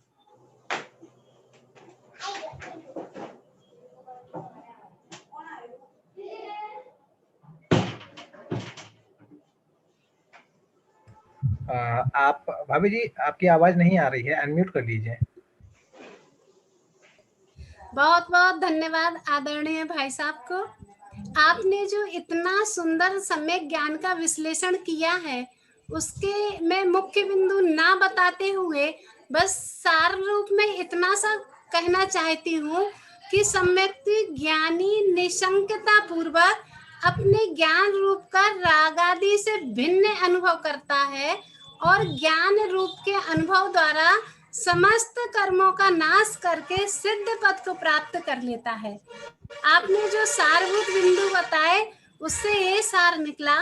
वास्तव में तो सच ही है कि आसान नहीं है अंतस को श्रद्धामय करना, आसान नहीं है औरों को श्रद्धा से भरना, पर स्वामी योग तुम्हारा दृढ़ सशक्त, व्यवधानों को ही स्वयं पड़ा तुमसे ही लड़ना। वास्तव में जो सम्यक ज्ञान का जो सही स्वरूप गुरुदेव श्री ने बताया है कि आत्म श्रद्धान के पूर्वक, सम्यक दर्शन पूर्वक जो ज्ञान होता है वही सच्चा ज्ञान है, और उस ज्ञान के द्वारा ही हम संसार से पार हो सकते हैं। ऐसा सुंदर विश्लेषण आदरणीय भाई साहब ने किया। और अब मैं सम्यक चारित्र का स्वरूप बताने के लिए मैं आमंत्रित करती हूँ आदरणीय पंडित श्री प्रवीण जी भाई साहब को कि वह सम्यक ज्ञान के स्वरूप पर अपने विचार प्रस्तुत करें। शैलेश भाई जी कुछ बोल रहे थे क्या? मैं इसके बाद ही बोलूँगी। अच्छा, ठीक है, ओके, ठीक है।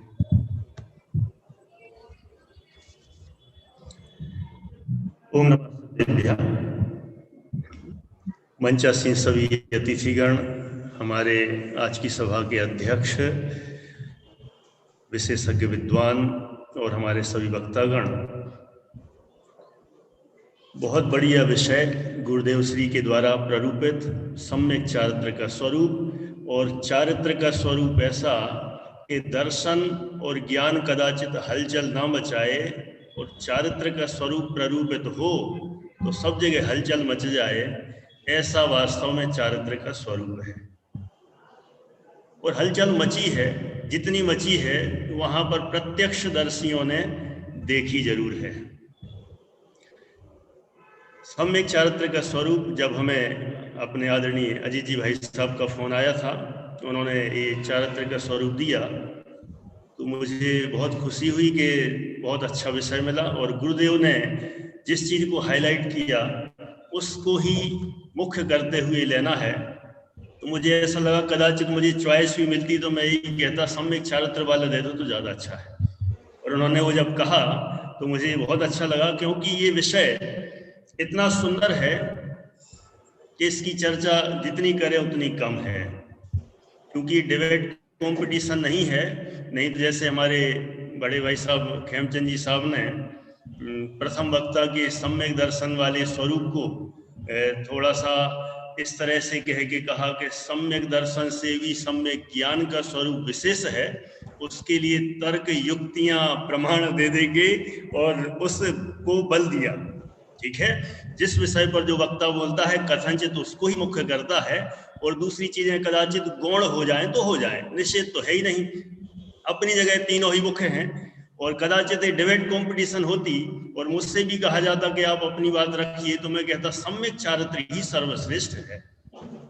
क्यों? यदि करणायोग के अनुसार लगाया जाए तो सम्यक दर्शन चौथे में पूर्ण हो जाता है, सम्यक ज्ञान 13वें गुण स्थान में पूर्ण हो जाता है, और सम्यक चारित्र की पूर्णता 14वें गुण स्थान के अंत में होती है। इसलिए पूर्णता की दृष्टि से यदि महान है तो चारित्र महान है। चारित्र के बारे में भी और बातें हैं, लेकिन अभी ये कोई डिबेट कॉम्पिटिशन ही, बहुत अच्छा विषय है, हमें तो इसमें बात ही करना है कि सम्यक चारित्र के बारे में गुरुदेव श्री के द्वारा उद्घाटित जो वस्तु तत्व है वो गजब का है। क्यों है?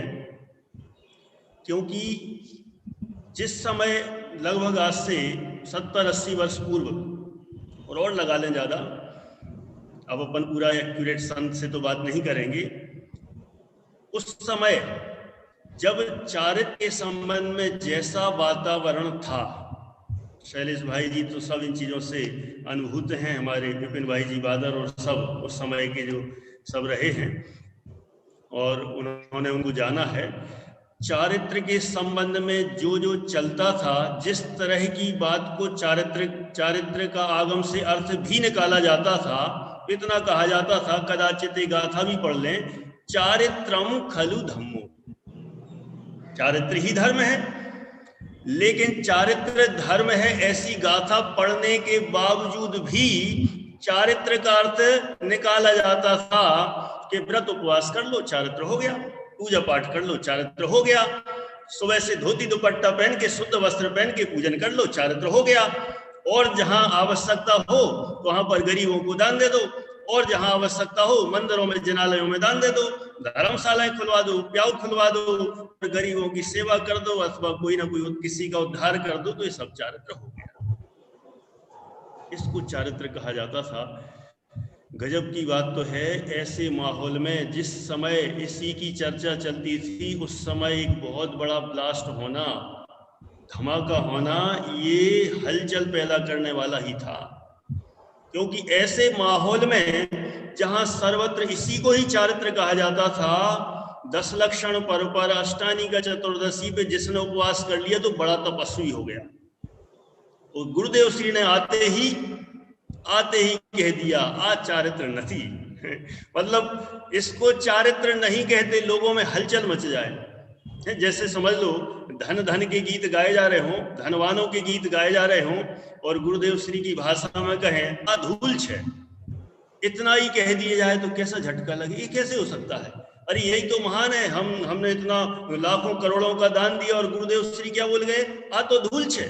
धूल कह दिया मतलब एकदम ही झटका सबको लग जाए। ऐसे ही जिन बातों को चारित्र कहा जा रहा था, और उन्हीं पे अचानक उन्होंने जब वास्तविक चारित्र की चर्चा शुरू करना कर दी, तो लोगों में हलचल क्यों ना मचे। और खास बात तो ये है कि उस समय शुरुआती दौर में तो सबको ज्ञात ही है कि स्थानक संप्रदाय से थे, और उन्होंने यही माहौल देखा था।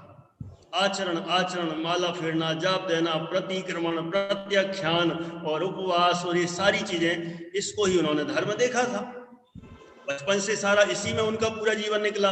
तो आचरण तो था, बहुत सारे शास्त्रों का अध्ययन भी था, सब था, लेकिन उन्होंने देखा कि आचरण के पाले से, क्योंकि चारित्र, आचरण को ही चारित्र कहते हैं और इसका नाम धर्म है, और धर्म तो सुख स्वरूप है, लेकिन मैं इतना आचरण पाल रहा हूं, लेकिन आनंद क्यों नहीं आता? आनंद क्यों नहीं आता अजीत जी भाई साहब? तो निश्चित रूप से उन्होंने प्रैक्टिकल अनुभव किया होगा कि इसमें आनंद नहीं है, तो आनंद निश्चित रूप से चारित्र में है वाली बात भी शास्त्र कह रहे हैं, लेकिन आनंद नहीं आ रहा। इसका मतलब शायद हम चारित्र की परिभाषा समझने में भूल कर रहे हैं, ऐसा उनको लगा। तो जब उन्होंने और शोध खोज की होगी, अब तो अपन तो हम अनुमान से ही कह रहे हैं, लेकिन एक्चुअल ये है, शोध खोज की होगी, रिसर्च की होगी, चारित्र में जब आनंद है, चारित्र को धर्म कहा जा रहा है। प्रवचन सार जी में आचार्य कुंद देव कह रहे हैं कि चारित्रम खलु धम्मो, चारित्र ही धर्म है। तो धर्म है, लेकिन आनंद क्यों नहीं आ रहा है? तब जहां रिसर्च की, और रिसर्च करने के बाद उनको पता चला, जिसको चारित्र माना जा रहा है, जिसको आचरण माना जा रहा है, वह तो कोरा क्रियाकांड है। क्या है? वह क्रियाकांड है, और क्रियाकांड है, और इसमें धर्म नहीं, ये चारित्र नहीं, ऐसा उन्होंने समझ लिया। और समझने के बाद फिर जो धारा चली, तो हम सबके सामने स्पष्ट है। गजब का है, बहुत सारी बातें होने को। प्रथम वक्ता के रूप में हमारे भाई साहब ने, सुनील जी भाई साहब ने बहुत सारे प्रमाणों के द्वारा सम्यक दर्शन पर जैसे जोर दिया ना, तो हमने भी सोचा कि हम भी ऐसे कुछ ना कुछ प्रमाण लाएं। लेकिन देखा कि गुरुदेव श्री ने चारित्र की चर्चा 1-2 जगह की हो, 2, 5, 10, 20 गाथाओं में कही हो, और 50 गाथाओं में कही हो, ऐसा नहीं है। जिस गाथा को उठा लो, चाहे किसी भी ग्रंथ की, आध्यात्मिक ग्रंथों की गाथा उठा लो, चाहे चरणानुयोग की, चाहे किसी भी ग्रंथ की, हर प्रवचन में उनके चारित्र, उनके द्वारा प्रतिपादित चारित्र की चर्चा मिल जाती है। और वो हर जगह स्पष्ट रूप से कहते हैं, इन क्रियाओं में धर्म नहीं, तप उपवास आदि में धर्म नहीं, शुभ भावों में धर्म नहीं, मंद कषाय में धर्म नहीं, ये तो राग है, और राग यह तो हिंसा है, इसमें धर्म नहीं। और हम सोचते हैं कि शुभ भाव करने से और हमारा धर्म हो जाएगा, तो कहते धर्म नहीं, ये हिंसा हो रही, हिंसा, प्रत्यक्ष हिंसा हो रही है। धर्म तो बहुत दूर की बात, ये स्वयं की प्राणों का घात हो रहा है, क्योंकि अप्रादुर्भाव खलु रागादीनां भवित्य हिंसेति, और तेषामेव उत्पत्ति हिंसेति जनागमस्य संक्षेपा। ये तो हिंसा हो रही है, जिसको हम धर्म मान रहे हैं। माने हम जिसको धर्म मान रहे थे उसको उन्होंने हिंसा कह दिया। क्योंकि ये सारी बातें शास्त्रों में लिखी हुई थी। हमारे आदरणीय भाई साहब खेमचंद जी साहब ने ही बताया कि गुरुदेव श्री ने कोई नया तो बताया नहीं, लेकिन जो छिपा हुआ था उसको ही उद्घाटित कर दिया। ये चीज हम नहीं समझ रहे थे, उन्होंने वहीं से उसी गाथा के अर्थ से निकाला और नई टेक्निक से निकाला, नए तरीके से निकाला। इसलिए हम कहते हैं गुरुदेव श्री इस युग के अध्यात्म प्रवक्ता, अध्यात्म को उद्घाटित करने वाले, रत्नत्रय आदि की वास्तविकता को उद्घाटित करने वाले गुरुदेव श्री। ऐसा उन्होंने जो स्वरूप जब बताया कि सम्यक चारित्र वास्तव में इसका नाम है, जिसको हम समझ रहे हैं उसका नाम नहीं है। बहुत सारी बातें तो हमने इसमें नोट करने का प्रयास किया, लेकिन सोचा कि मूल थीम जो यहाँ आवश्यक है उसकी अपन बात करते हैं। चारित्र के संबंध में जब उन्होंने इस तरह की चर्चा प्रारंभ की कि व्रत तप शरणादिक करने का नाम चारित्र नहीं, अणुव्रतों का अंगीकार, अणुव्रतों का पालन, महाव्रत, ये सब चारित्र नहीं। और ये चारित्र ना होकर उन्होंने इसको जहां तक जड़ की क्रिया भी कह दिया, तो बताओ हलचल मचेगी कि नहीं मचेगी? हलचल तो मचनी ही थी कि अणुव्रत का भाव वह धर्म नहीं, महाव्रत का परिणाम वह धर्म नहीं। इतनी तक बात कह दी। और इतनी जब बात कही, फिर बाद में लोगों ने सोचना शुरू किया कि अभी तक हम जिसको धर्म मान रहे थे, जिसको चारित्र मान रहे थे, उसको तो यहाँ अलग ही रीति से बताया गया। इसका चूंकि विरोध भी बहुत ज्यादा हुआ और लोगों ने कहा कि गुरुदेव श्री यदि आप ऐसा कहोगे व्रत उपवास में धर्म नहीं तो सब छोड़ देंगे, व्रत उपवास करना भी बंद कर देंगे। उन्होंने कहा कि ये व्रत उपवास माने त्यागना और ये सारी बातें जो कह रहे हो ना, ये सब त्याग प्रवृत्ति छोड़ देंगे। उन्होंने उनके जवाब हमने सब पढ़े हैं ज्ञान कोशी में और सब जगह, उसका सार बता रहा हूं। उन्होंने कहा मैं त्यागता हूं, त्याग सकता हूं, ये भाव ही मिथ्या है, ये भाव ही मिथ्या है। इसीलिए ये व्रत उपवास लोग छोड़ देंगे, ग्रहण करें तो छोड़ेंगे। जब हमने ग्रहण ही नहीं किया तो छोड़ने की बात कहां से करते हो? ऐसे जवाब, ऐसी तर्क युक्तियों से जब उन्होंने खुलासा किया तो चारित्र की विशेषता ख्याल में आ गई। वास्तविक बात तो यह है कि गुरुदेव श्री ने चारित्र को समझा, चारित्र को समझाया और जीवन में उन्होंने उतारा। जब हम उनके जीवन को देखें तो चारों अनुयोग उनको देखकर चारों अनुयोग दिखाई देते हैं। माने यदि अध्यात्म प्रवक्ता थे तो द्रव्यानुयोग तो उनमें झलकता ही है। कर्णानुयोग आदि का भी उन्होंने अध्ययन किया था, धवला आदि का भी अपने व्यक्तिगत करते थे तो कर्णानुयोग की मूर्ति भी थे। चरणानुयोग का आचरण तो उनके चलते फिरते समझ में आ जाता था और वास्तव में भी महापुरुष तो थे ही। इसलिए प्रथमानुयोग भी उनको देखने से चारों अनुयोग ही दिखाई देते हैं। उनकी कुछ घटनाएं जो जब सुनने को मिलती हैं, पढ़ने को मिलती हैं, तो ऐसा लगता है कि वास्तव में चारित्र का भी नजारा उनमें देखा जाए। बचपन की जो उनके संस्कार, उन्होंने जहाँ वो आचार का डब्बा देखा और उसमें आचार, आम के आचार को देखकर उन्होंने देखा कि अरे इसमें तो बहुत सारे कीड़े पड़ रहे हैं। उन्होंने देखा कि ये तो खाने योग्य नहीं है। देखो, खाने योग्य नहीं है, तुरंत त्याग दिया। जब वो चलते थे तो वहां पर सभी हमारे बड़े अनुभवी सभी लोग बताते हैं कि जब वहां से चलते थे वहां नीम की निबोड़ी पड़ी रहती थी तो उस पर पैर नहीं रखते थे। यदि कोई रख दे तो कहते थे तुम्हारे पिछले अनंत भवों के माता पिता इसमें मौजूद हैं, क्यों रखते? आचरण भी साथ में चलता है और इसमें धर्म नहीं, यह बात भी साथ में कही जाती है। लोग इसको धर्म मानते तो धर्म बुद्धि का, यदि अपन अच्छे से उनका अध्ययन करें तो उन्होंने कोई क्रियाओं का निषेध नहीं किया। उन्होंने क्रियाओं का निषेध नहीं किया, क्रिया में धर्म मानने का निषेध किया है। राग में धर्म मानने का निषेध किया, शुभ भावों को करने का निषेध नहीं किया। शुभ भाव में जो धर्म बुद्धि है उसको धर्म मानने का निषेध किया है। जहां तहां देखेंगे तो वहां हर जगह गाथाओं में, उनके व्याख्यानों में मिल जाता है कि क्रिया कांड में धर्म नहीं है। तो क्रिया कांड में धर्म नहीं है का मतलब क्रियाएं नहीं करो, ऐसा नहीं। कभी कभी तो लोगों ने स्वच्छंदता भी ग्रहण कर ली। गुरुदेव श्री ने कहा क्रिया कांड में धर्म नहीं, तो लोगों ने कहा क्रियाएं छोड़ दो। छोड़ने को नहीं कहा, छोड़ने को नहीं कहा।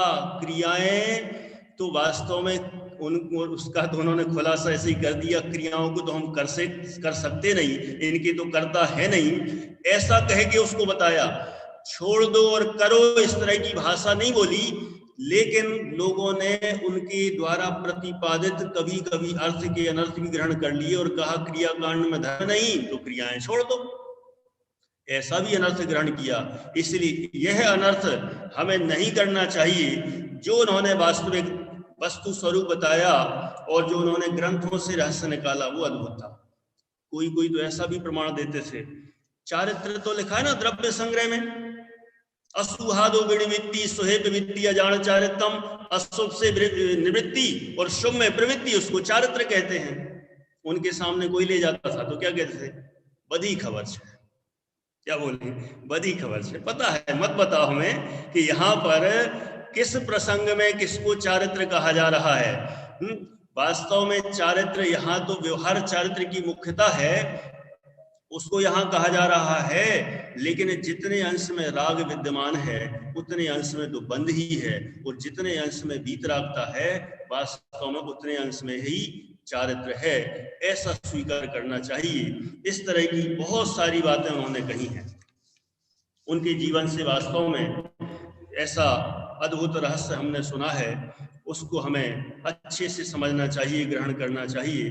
उनकी जीवन की जितनी सारी घटनाएं हैं जो अपने सब जगह लिखी हुई हैं, उन घटनाओं के माध्यम से भी हम बहुत सारी चीजें सीख सकते हैं। कि चाहे वो अदालत में गए तो वहां उन्होंने सत्य का जो अपना प्रमाण दिया वही भी अद्भुत था। इसके अलावा जब पाठशाला में गए तो वहां सिद्धो वर्ण समाम्नाय पाठ से उन्होंने जब एक बार में ही याद कर लिया तो उससे उनकी ज्ञान की महिमा स्पष्ट रूप से ख्याल में आती है। ऐसे ही जब उन्होंने भर्तृहरि का नाटक देखा तो उन्हें वैराग्य की उत्पत्ति हुई, और जब श्वेतांबर स्थानक दीक्षा लेने के लिए जा रहे थे उस समय उनका जो कपड़ा फटा तो उससे उनको तभी समझ में आ गया कि वास्तव में धर्म किसका नाम है। ऐसी अनेक बातें हुई हैं। तो उन्होंने वास्तव में जो चारित्र का स्वरूप बताया ऐसा अद्भुत चारित्र है, और उनके द्वारा जो विशेष रूप से खुलासा किया गया चारित्र का वह हमें दोनों एंगल से स्वीकार करना चाहिए। अंतिम बस 2-3 खास बिंदुओं के द्वारा पूरा करते हैं। एक खास बात कि उन्होंने जो कहा वास्तव में आत्म स्वरूप में लीन रहे थे, आप रूप में लीन रहे थे सम्यक चारित्र सोई। वास्तव में सम्यक चारित्र इसका नाम है। चारित्रम खलु धम्मो धम्मो जोसो समोत्तीर्ण दिट्ठो, इसका जो खुलासा किया कि वह समता भाव अपने स्वरूप में लीनता का नाम चारित्र है। और इन क्रियाओं मात्र को चारित्र नहीं मान लेना, इनमें धर्म बुद्धि उसका निषेध किया है। इस तरह की चर्चा उन्होंने की। रागांश जहां तक विद्यमान है उतने अंश में बंद है। रत्नत्रय, व्यवहार रत्नत्रय को भी उन्होंने बंद का कारण कहा, क्योंकि वह रागात्मक है इसलिए उसको भी बंद रूप कहा। जो बीतराग रूप रत्नत्रय है उन्होंने उसको चारित्र मोक्ष का मार्ग बताया है। ऐसे बहुत उज्जवल पक्ष उन्होंने प्रस्तुत किए हैं जिनको हम जानकर चारित्र का सही स्वरूप अंगीकार करें और उनके वचनों से स्वच्छंदता का ग्रहण न करें। ऐसी भावना के साथ यहाँ पर ही विराम लेते हैं। आदरणीय प्रवीण जी भाई साहब को बहुत बहुत धन्यवाद।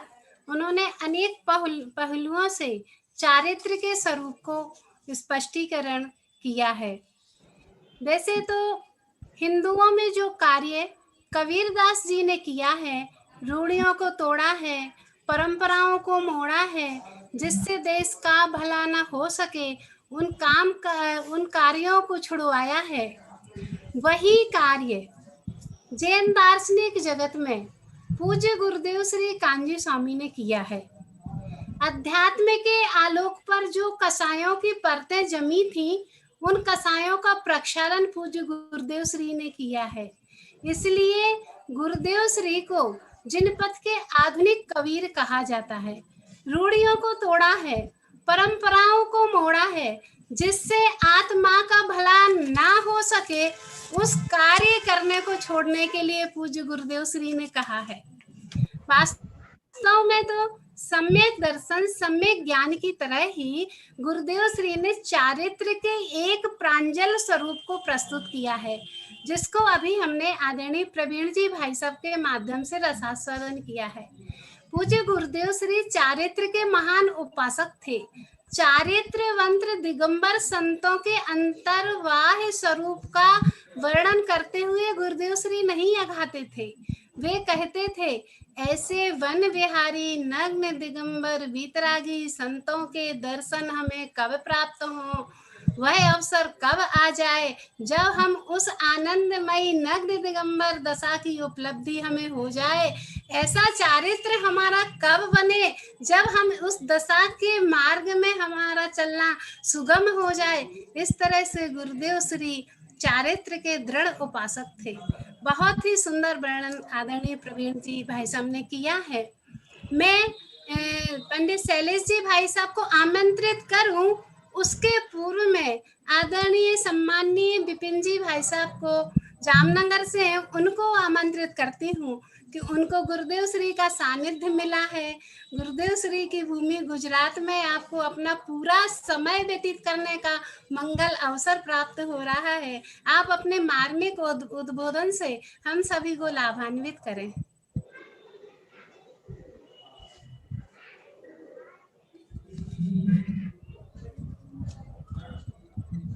भाई साहब आप अनम्यूट कर लीजिए।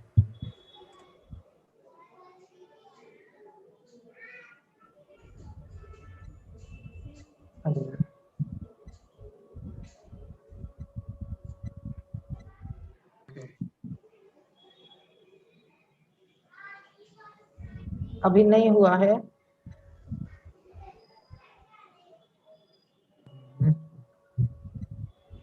अपना माइक ऑन कीजिए। विपिन भाई बोलो। एक मिनट, मेरा नॉलेज थोड़ा कम ना ना विपिन भाई चालू है तमारो माइक, बोलो तमे। Okay okay okay okay. आप विद्वत लोगों ने काफी गुरुदेव का समाधि दिन पर काफी आपने ज्ञान सबको दिया। हम लोगों को ये हमारा बड़ा सौभाग्य है कि पूज्य गुरुदेव की ये सौराष्ट्र कर्मभूमि हुई।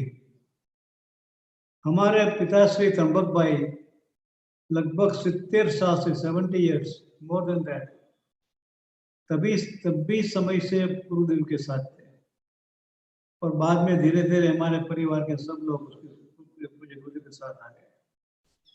पूज्य गुरुदेव ने जो हमको दिया है वो एक अमूल्य रत्न है, एक हीरा है, जिसकी कोई कीमत नहीं कर सकता। आज पूरे भारत देश में ही नहीं मगर विश्व के अनेक देश में ये स्वाध्याय चल रहा है। ये कैसे होता है? जो सच्ची बात है, जो तत्व है, जो तत्व सार है, जो लोग समझ सकते हैं वही बात चलती है, डुप्लीकेट बात नहीं चलती है। ये पूज्य गुरुदेव तो कमाल कर दिया है। हम सबको हमारा पर बहुत बहुत पूज्य गुरुदेव का उपकार है। आप लोग ने ये प्रोग्राम का ज्ञान गोष्ठी का आयोजन किया है, आप लोग सबका हम बड़े बड़े आभारी हैं। और अभी तो ये साल काल बड़ा बेकार चल रहा है, कोरोना वगैरह, वरना हम तो डेफिनेटली इनवाइट करेंगे। आप अब दूसरी बार भी ममता जी सोनगढ़ में आइए पूरी जिम्मेवारी हमारी होएगी, वो तो आपको मालूम है। बिल्कुल आइए, आप जब भी मौका मिले हमको बता देना क्या बात है। आप सब लोगों का बहुत बहुत बहुत बहुत शुक्रिया। जय जिनेन्द्र।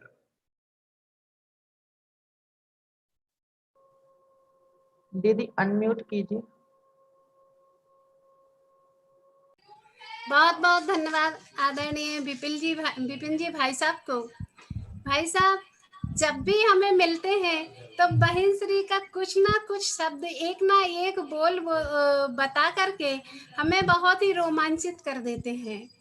एक बार भाई साहब ने कहा था कि बहन श्री का बोल है कि विश्व का अद्भुत तत्व तू ही है, उसके अंदर जाने पर तेरे अनंत गुणों का बगीचा खिल उठेगा, वही ज्ञान मिलेगा, वही आनंद मिलेगा, वही विहार कर अनंत काल का पूर्ण विश्राम वही है। अपने आत्मा के ज्ञान में खो जा, अपने आत्मा के ज्ञान में समा जा।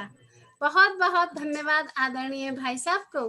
और अब मैं आमंत्रित करती हूँ जिनका मंगल विद्वत सानिध्य हमको इस गोष्ठी में प्राप्त हुआ, आदरणीय सम्माननीय शैलेश जी भाई साहब को, कि वो अपने मार्ग में सम्यक दर्शन के संबंध में थोड़ी बात कही थी, ज्ञान और चारित्र की थोड़ी बात हुई। श्रीमद् राजचंद्र जी की एक पंक्ति आती है आत्मसिद्धि वाली, ज्ञान और चारित्र के साथ जो कनेक्टेड हैं, जिसके पर उनको करुणा का भाव आया। उन्होंने लिखा वहाँ, कोई क्रिया जड़ थई रह्या, शुष्क ज्ञान मा कोई, माने मार्ग मोक्षनो, करुणा उपजे झोई। दोनों बातें जो जीव ज्ञान के संबंध में और क्रिया के संबंध में उनको जब गलती दिखाई दी, पूज्य गुरुदेव श्री ने तो काफी अलग अलग पॉइंट से उस बात को स्पष्ट किया। थोड़ी ज्ञान की 1 मिनट के लिए बात करें और 1 मिनट चारित्र की बात करें।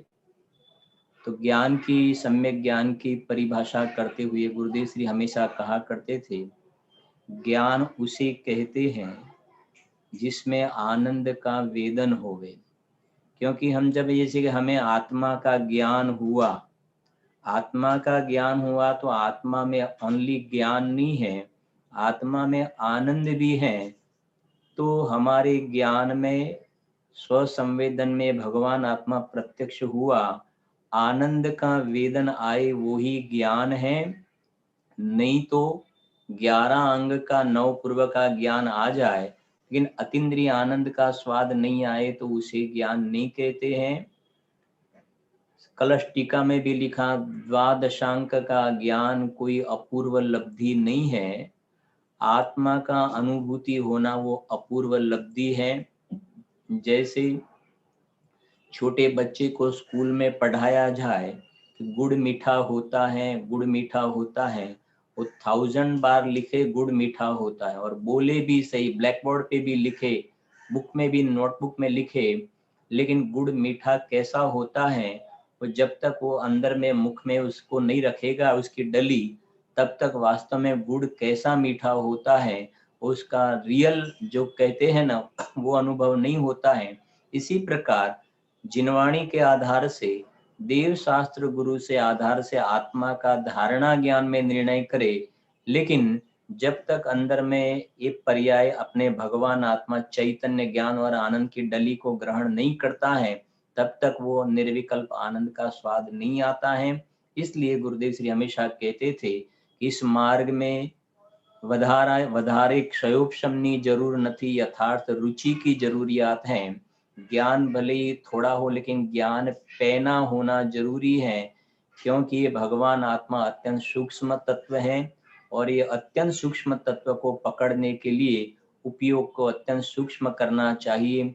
गुरुदेव श्री इसके लिए दृष्टांत भी देते थे, बड़े बड़े सर्प को पकड़ने के लिए जो पकड़ने वाला, हमारे गुजराती में कहते चिपिया, मोटा मोटा सर्प ने पकड़वाना साणसा हो, साणसा एक डायमंड को पकड़ने के लिए वो काम में नहीं आता है। डायमंड को पकड़ने के लिए एकदम शार्प इस प्रकार का जो चाहिए, इसी प्रकार से जो अंदर में चैतन्य डायमंड है उसको पकड़ने के लिए उपयोग अत्यंत सूक्ष्म होना चाहिए, जो अंतर में जाके भगवान आत्मा को ग्रहण करे। चारित्र की बात करें 1 मिनट के लिए, तो चारित्र की परिभाषा हमेशा गुरुदेव श्री कहते थे, स्वरूपे चरणम इति चारित्र, अपना जो स्वरूप है, ज्ञान आनंद अपना जो स्वरूप है, जैसे गाय जो चारा चरती है, इसी प्रकार से अपने स्वरूप में चरना उसे चारित्र कहते हैं। और जगत में लोग चारित्र को कष्टदायक समझते हैं, कष्ट सहन करना उसका नाम चारित्र कहते हैं। तो गुरुदेव श्री हमेशा कहते थे कि भाई धर्म कभी कष्टदायक होता नहीं है, धर्म तो आनंददायक होता है। इसलिए चारित्र कष्टदायक नहीं, दुखदायक नहीं, बल्कि चारित्र तो आनंद स्वरूप है और कष्ट का नाश करने वाला होता है। और ऐसा चारित्र अपने स्वरूप में लीन होना, स्वरूपे चरणम इति चारित्र, उसे ही वास्तव में परमार्थ चारित्र कहते हैं। तो इस प्रकार से ये सम्यक दर्शन ज्ञान चारित्र का स्वरूप वास्तव में देखा जाए तो छडाला की 3 पंक्ति में निश्चय का परमार्थ का वर्णन किया है। फिर बाकी उन्होंने पूरी लाइन लगा दी, अब व्यवहार मोख मग सुनिए, वो पूरा प्रकरण व्यवहार का है। तो गुरुदेव श्री द्वारा ये जो परमार्थ रत्नत्रय का, अभेद रत्नत्रय, शुद्ध रत्नत्रय का स्वरूप समझाया, आज ये विषय था। सभी विद्वानों ने बहुत अच्छी तरह से इस बात को स्पष्ट भी किया। तो सभी आत्मार्थी जीव अपनी पर्याय में सम्यक दर्शन ज्ञान चारित्राणी मोक्ष मार्ग ऐसी दशा प्रकट करे, ऐसी मंगल कामना। बहुत सुंदर मार्मिक उद्बोधन आदरणीय भाई साहब ने सम्यक दर्शन, सम्यक ज्ञान, सम्यक चारित्र का स्वरूप हमें बताया। आदरणीय भाई साहब का बहुत बहुत आभार। आपने अपना उत्तम समय हमें इस गोष्ठी में प्रदान किया। और अब मैं आमंत्रित करती हूँ आज की इस गोष्ठी की अध्यक्षता पद पर सुशोभित हो रहे आदरणीय हेमचंद जी भाई साहब को कि वो अपने मंगल आशीर्वाद, मंगल विचारों से हम सभी को लाभान्वित करेंगे। जे स्वरूप समझा विना पाम्यो दुखनम, समझाव्यों ते पदनम श्री सद्गुरु भगवान। पहले तो मैं आपके इस आयोजन संयोजकों सबको बहुत हृदय से बधाई देता हूँ कि पूज्य गुरुदेव श्री की पुण्यतिथि पर, वैसे तो तारीख के हिसाब से 28 नवंबर 1980 था, लेकिन हिंदी के हिसाब से आज ये है। हमने भी यहाँ बेलाली में प्रातःकाल पूज्य गुरुदेव श्री के लिए अपना श्रद्धा, आज का दिवस है पुण्यतिथि, इसको दिवस के रूप में मनाया जाता है। हम संकल्प लें, मतलब अपने आत्मा का समय प्रकार अवलोकन करें, उसमें भी अपना स्थापित करें। पूज्य गुरुदेव श्री ना होते तो आज क्या होता। एक भजन है ना अपना पंडित राजेंद्र कुमार जी का, सत का सूर्य अस्तित्व हो गया होता। पर कैसे होता, अपन भी भाग्य लेके आए हैं। ऐसा महान संस्कारी जीव गुरुदेव श्री मेरे जीवन में तो बहुत, सच कहूं तो परम गुरु बन के आए। बचपन से रुचि थी, उनका सानिध्य मिल गया 16 वर्ष तक, और ऐसा अंदर से हृदय उनके प्रति द्रावित होता है कि सु प्रभु चरणन कने धरूं, आत्मा थी सौहीन, ते तो प्रभु आप यूं वर्तों चरणाधीन। जे स्वरूप समझा बिना पाम्यो दुख न, समझाव्यों ते पदनमो श्री सद्गुरु भगवान। आज ये गोष्ठी शाश्वत धाम में जहाँ पर ये बालिकाएं पढ़ रही हैं, बहुत ही आनंद की बात है। पहले तो मैं किस तरह का उपक्रम हमारे भारत में कि बालिकाएं भी शास्त्री विदुषी बने। और जैसा कि प्रातःकाल मुझे भाई पंडित राजकुमार जी शास्त्री ने बताया था कि एक बैच निकल चुका है, उसमें 12 बालिकाएं शास्त्री होके निकल गई, इस बार 14 निकलेंगी। तो इस तरह से अरे विदुषियां बहनें जो शास्त्रीय ज्ञान अर्जित करके वो अपना जीवन धन्य करेंगे, आगे भी जीवन धन्य होगा।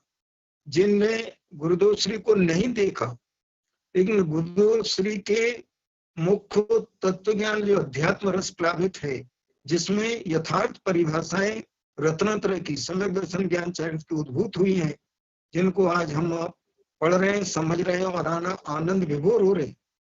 ये बहुत ही हर्ष की बात है।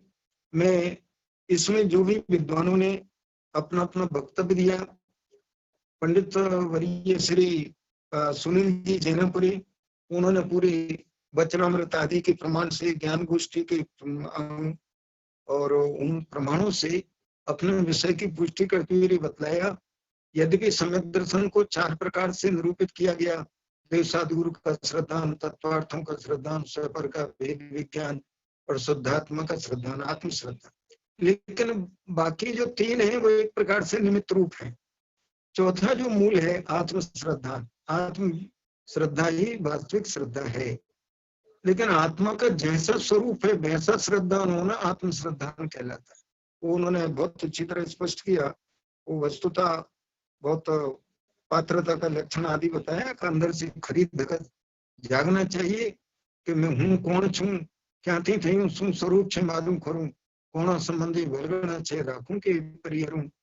एना विचार विवेक पूर्वक, ये बहुत बड़ी बात है। विचार कर विचार तो पाम, टोडरमल सामने भी लिखा है ना, देखो तत्व विचार की महिमा कि देवादिक तत्व विचार से रहित कोई है और देवादिक की प्रतीति करता है, कुल क्रम से शास्त्रों का अभ्यास करता है, तपस्या आदि करता है, फिर भी वो सम्यक दर्शन आत्मज्ञान या स्वानुभव का अधिकारी नहीं बनता और तत्वचार सहित इनके बिना भी आत्मज्ञान उदित कर लेता है। वो वास्तव में जैसा कि टोडरमल जी ने श्रोता के लक्षण में लिखा है, मैं कौन हूं, मेरा क्या स्वरूप है, ये चरित्र कैसे बन रहा है, मैं दुखी हो रहा हूं, दुख का कारण क्या है, इत्यादि बातों का जब विचार करता है तो मेरे लिए हितकारी क्या है, हितकारी का ऐसा विचारवान वो जीव नियम से उसको सच्ची ज्ञानी की देशना भी मिल ही जाती है। वो कहते हैं ना, जिन खोजा तिन पाइया। तो जिन्होंने आज इस विषम युग में जहां पर चारों तरफ एकदम अज्ञान तिमिर निबिड़ फैला हुआ है, उसमें ये पूज्य गुरुदेव श्री की ऐसी प्रकाश स्तंभ की तरह करणें पसर रही हैं, फैल रही हैं कि पूरे विश्व में आलोकित कर रही हैं।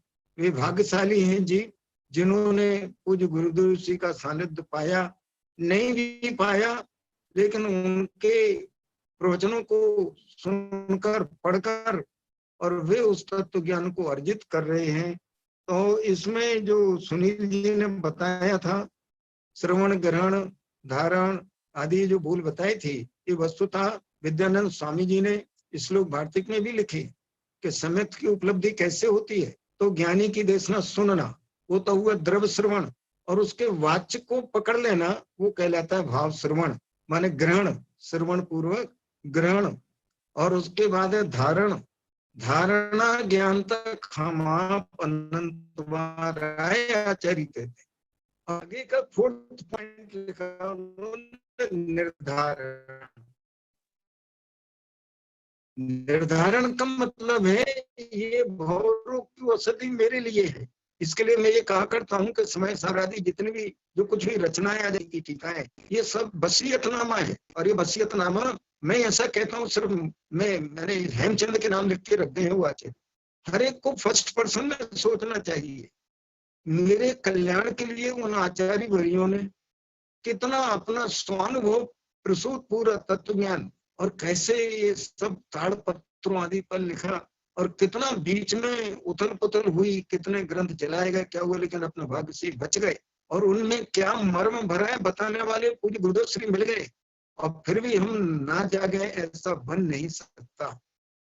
जो गुरुदेव श्री के प्रवचनों का लाभ लेगा वो गारंटी से सम्यक की लाइन में खड़ा हो गया समझ।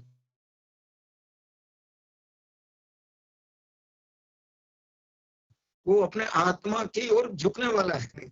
वैसे उन्होंने बाबूजी का, इवल जी का निबंध का भी बात कही, चैतन्य की चहल पहल, जिसमें बाबूजी ने लिखा है ना कि सम्यक दर्शन ने तो क्या किया है, अपना कोना कोना अपना त्रिकारी ज्ञायक स्वभाव के लिए सौंप दिया। उसमें सम्यक दर्शन में उसके विषय में सम्यक दर्शन को भी रहने का स्थान नहीं है, यानी पर्याय चीज ही वहां से निकल गई। वहां क्या रहा, कोई ऐसा समझा पर्याय निकल गई? अरे निकल कहीं नहीं गई, उसकी दृष्टि में, उसके श्रद्धान में अयम को खलु शुद्धो एगो में ससुदो अप्पा आनंद खलु, ऐसा उसका असली में उसकी दृष्टि प्रतीति में आ गया। ये मैं और बाकी सब मैं के बाहर। ये बात बहुत अच्छे ढंग से जैनापुरी जी ने रखी। और इसके साथ फिर सम्यक ज्ञान का स्वरूप में सम्यक ज्ञान के भी 8 अंग बताए। पंडित श्री खेमचंद जी शास्त्री आपके उदयपुर के ही हैं, मैंने उनको पहली बार सुना। ये अल्पज्ञ भी सर्वज्ञ का सही निर्णय कर, वस्तुतः सर्वज्ञवादी जैन दर्शन है। अभी मैं यहाँ पर आत्मानुशासन का स्वाध्याय करा रहा हूँ देवलाली में। उसमें आप देखना 10वां कलश है। आचार्य कल टोडरमल जी साहब ने जो वहां पर 6 अनायतनों का वर्णन किया, गजब का है। 3 प्रकार से किया उन्होंने वहां पर, मिथ्या दर्शन, मिथ्या ज्ञान, मिथ्याचारित, उनके सेवक, ये उन्होंने एक 6 प्रकार के अनायतन बताए। और दूसरा बताया कुदेव कुचात कुगुरु, उनके सेवक जो सभी जानते हैं। एक तो बाहर से और एक अंदर की मान्यता और ज्ञान और आचरण से बताए, यानी वही सुनने भेज। और तीसरा बहुत ही महत्वपूर्ण है, वो उन्होंने लिखा है असर्वज्ञ, असर्वज्ञ का ज्ञान माने श्रद्धान, असर्वज्ञ का आचरण, असर्वज्ञ का स्थान, असर्वज्ञ के ज्ञान वाला श्रद्धान वाला पुरुष, असर्वज्ञ के आचरण वाला पुरुष। यानी जितने ये असर्वज्ञवादी दर्शन हैं वे सब जिन मत के भाई हैं, उनको वस्तु का स्वरूप कभी यथार्थ भाषित नहीं हो। अगर हमें वस्तु का पूरा स्वरूप समझना है, वस्तु माने निज आत्मा का, आत्मा भी एक पारमार्थिक वस्तु है, स्वतंत्र स्वयं सहाय है, अनक्रिएटेड गॉड है, ये किसी के द्वारा उत्पन्न नहीं किया गया, स्वभाव से ज्ञान आनंदमयी सत्ता है। तो गुरुदेव श्री का तो इसमें मूल क्या आता है कि भाई आत्मा को ज्ञानी होना है, तो क्या आत्मा में अज्ञान भरा है? आत्मा को सुखी होना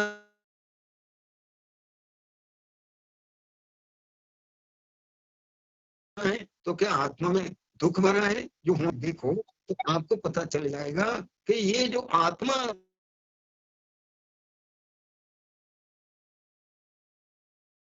तत्व मैं हूँ, ये जानन देखन क्रिया है, ये जो माने जानन देखन परिणाम इसका दिखाई दे रहा है, ये तो उस चैतन्य सूर्य भगवान दर्शनांतराय का क्षीरोत्सम, ये अपने ज्ञान स्वभावी आत्मा की स्वरूप ऐसा भाषित होता है कि हमें परगियों से ज्ञान होता है, इंद्रियों से ज्ञान होता है, इत्यादि प्रकार से अनेक भूले ये जीव करता है। तो आप ये बालिकाएं भी सब पढ़ी होंगी शास्त्री में, परीक्षा मुख उसके पहले ही पढ़ लेते हैं। गजब के सूत्र हैं, पहले अध्याय का देखो 6वां सूत्र, सोन मुक्त्या प्रतिभाषण स्वच्छ व्यवस्था। अरे आपकी ये ज्ञान टार्च जो पर्वोन्मुख है, वो एक बार सोन मुक्त होकर कहाँ से निकल रही है ज्ञान पर्याय, कहाँ से आ रही है ज्ञान? क्या वो जड़ पदार्थों में से आती है जिनमें नहीं है? ये निर्णय करेगा तो उसको बहुत ख्याल में आएगा। और जो खेमचंद जी ने बात कही कि वो ज्ञान को मुख्य किया, इसके लिए मैं कहूंगा आप सबको और श्रोताओं को टोडरमल जी साहब का हिंदी मोक्ष प्रकाशक का पेज 87-88 पढ़ना। वहां से पूछता है कि आप संसार कारण मिथ्या दर्शन कहते थे अभी तक, तो अभी तो ऐसा मालूम पड़ रहा है कि नहीं, सही नहीं जानना आई, यानी मिथ्या ज्ञानी संसार का कारण है। तो टोडरमल जी ने कहा कि है तो ऐसा ही, सामान्य ज्ञान कारण और श्रद्धानकारी। तो कौन सामान्य ज्ञान? कि सामान्य विवक्षा में ज्ञानी की देशना अज्ञानी सुनता है और उसको भी इतना तो ज्ञान प्रकाश है कि वो निर्णय करने की ताकत रखता है, संगी पंचेंद्री पर्याप्त, तो वो निर्णय करता जाए तो वो उसके यथार्थता को भी स्पर्श करने लगता है, अर्थात पकड़ लेता को ये बात आचार्य भगवान कहना चाहते हैं। और उसके बाद अगर श्रद्धा उदित नहीं हुआ, अहम रूप प्रतीति अपना शुद्धात्मा में नहीं आई, तो वो ज्ञान फिर मिथ्या ही रह जाता है। वो तो जब प्रतीति यानी स्वानुभूति पूर्वक हो, स्वसंवेदन प्रत्यक्ष पूर्वक, तो वो श्रद्धा पर अडिग रहता है। और बाद में उसकी राग में कभी आत्मबुद्धि, देह में आत्मबुद्धि आदि, पर की कर्ता बुद्धि आदि सब छूट जाती। ये नियम है। व्यवहार में दिखाई देगा, बोलता चलता करता, लेकिन परमार्थ से उसकी दृष्टि में एक निज कारण परमात्मा ही स्थापित हो गया। ऐसा आत्मज्ञानी ज्ञान से सभी अज्ञान, वो बात बढ़िया ढंग से सिद्ध की गई।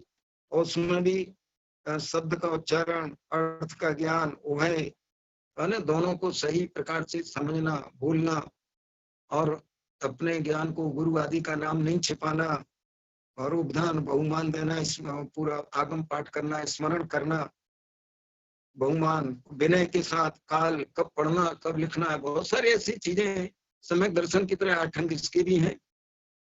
और इस प्रकार से बाद में डॉक्टर त्रिवेणी जी शास्त्री ने जो सम्यक चरित्र स्वरूप वर्णन किया, उन्होंने पूरे गुरुदेव के जीवन चर्या से घटा के बताया, जो खासकर 7वीं का था प्रवचन सार की, चारितम खलु धम्मो धम्मो जो सो समुद्र दिट्ठो मोह खोय विणो अपलो परिणामो पुनः। वस्तुतः ये इसमें अमृत चंद्राचार्य की टीका सूत्रों की तरह याद करने की, स्वरूप चरणम चारित्रम स्वसमय प्रवृत्ति तदेव वस्तु स्वात्मा धर्म शुद्ध चैतन्य प्रकाशन में इत्यर्थ।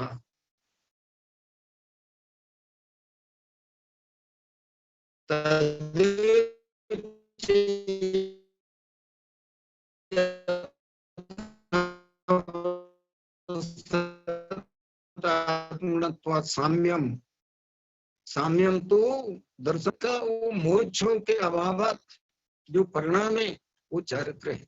अस्थि नास्ति दोनों से समझा दिया, तो कैसे करें? तो चारित्र जो सुखद होता है, यानी उसको वास्तव में गलत परिभाषा, क्रियाकांड को ही धर्म माना था और उसमें ही सारा जगत देख रहा था। और सबसे ज्यादा क्रियाकांड तो गुरुदेव जिस संप्रदाय में थे उसमें फैला था। और उन्हें दीक्षा ली, साधु हुए, लेकिन वस्त्र पात्र रहो, ये करो, तो वो थक गए, कह रही इसमें तो ये करने के लिए आए। खैर वो महापुरुषार्थ जीव थे, उनको पूर्व का सौभाग्य, उनकी तड़फन जो बढ़ती गई, समय सार मिला और उनके मुंह से क्या निकला पड़ती है, ओ ये तो शरीरी दशा होने का शास्त्र। और उसके बाद टोडरमल जी का मोक्ष मार्ग प्रकाशक मिल गया, तब तो वो फूले नहीं समय। और उस समय उन्होंने 7वां अध्याय पूरा लिख लिया और साथ रखते थे अपने। और वो घड़ी आ गई कि सोनगढ़ जैसे गांव में वो कहलाता ना स्टार बंगला, और वहां पर जाकर के मोह पट्टी छोड़ दी, पार्श्वनाथ भगवान की जिन प्रतिमा के सामने, फोटो के सामने, ये अपना महावीर स्वामी का चैत्र शुक्ल त्रयोदशी जयंती का, और कहा मैं अवोदासीन ब्रह्मचारी श्रावक। ये होता है महान पुरुषों का। सत्य को जब अंदर से स्वीकार हो गया है, अनुभूत हो गया, फिर वे मिथ्यात्व का भाव वजन नहीं ढो सकते। ऐसे ही हम सबके अंदर में गुरुदेव श्री क्रांति फलीभूत हो और हम सब भी सब प्रकार के भवों के भावों का अभाव करके आत्मानुभूति लेकर के निकले और बढ़े। यही हमारे लिए गुरुदेव का एक पुण्य दिवस, पुण्य तिथि मनाना सार्थक होगा। इस संकल्प में गुरुदेव का तो दिया हुआ बात ही है, पूर्णता ने लक्ष्य शुरुआत तेज वास्तविक शुरुआत से।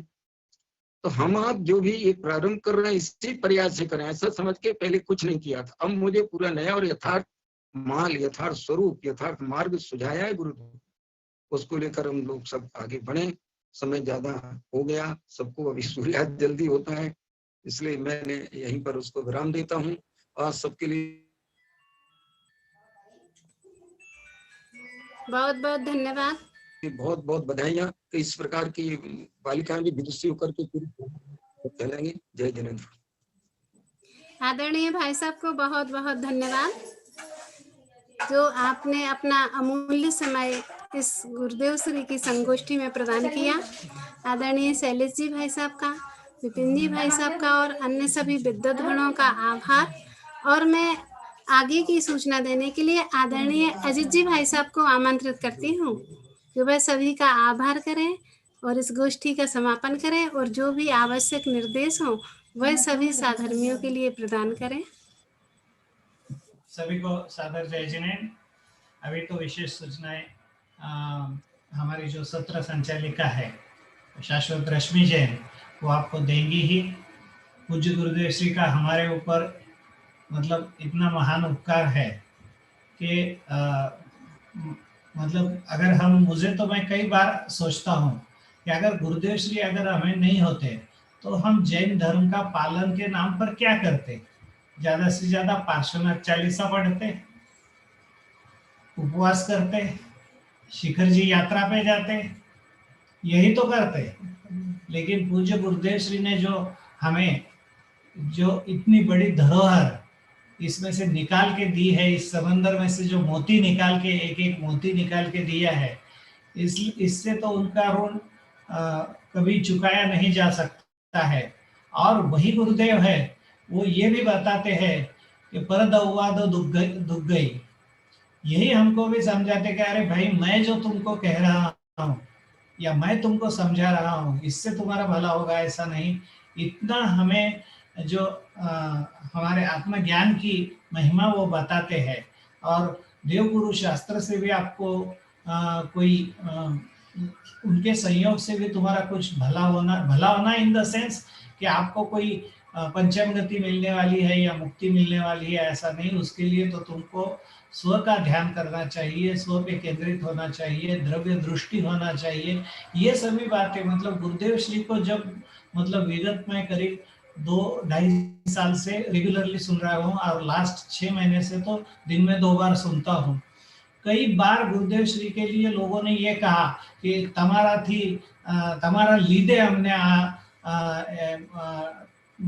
खजानो મળ્યો છે।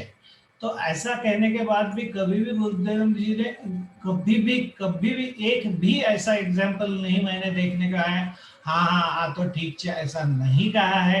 उन्होंने हमेशा यही कहा, आ तो भगवान सर्वज्ञ देवनी वाणी छे, वितरागी दिगंबर संतोए जे केवलीना आड़तिया थईने आया छे। तो ऐसी बात करके हमको बहुत ही निरपेक्ष बुद्धि से ये सब बातें दी है। उनका बहुत महान उपकार है हम पर। और उनके स्मृति दिन के ऊपर समाधि दिन, पुण्यतिथि, कुछ भी कहो, ऐसे मतलब शारीरिक रूप से कुछ गुरुदेव श्री हमारे बीच में नहीं है, लेकिन उनके द्वारा दिया गया जो ये इतनी बड़ी धरोहर है वह सब हमारे लिए उपलब्ध है और वही हमारे लिए मोक्ष मार्ग प्रशस्त करती रहेगी। आप सभी को बहुत बहुत शुभकामनाएं। मैं आमंत्रित करता हूं शाश्वत रश्मि जैन को। बहुत बहुत धन्यवाद आदरणीय ममता बुआ जी और अजित मामा जी को कि आपने मुझे पुनः से संचालन पद दिया।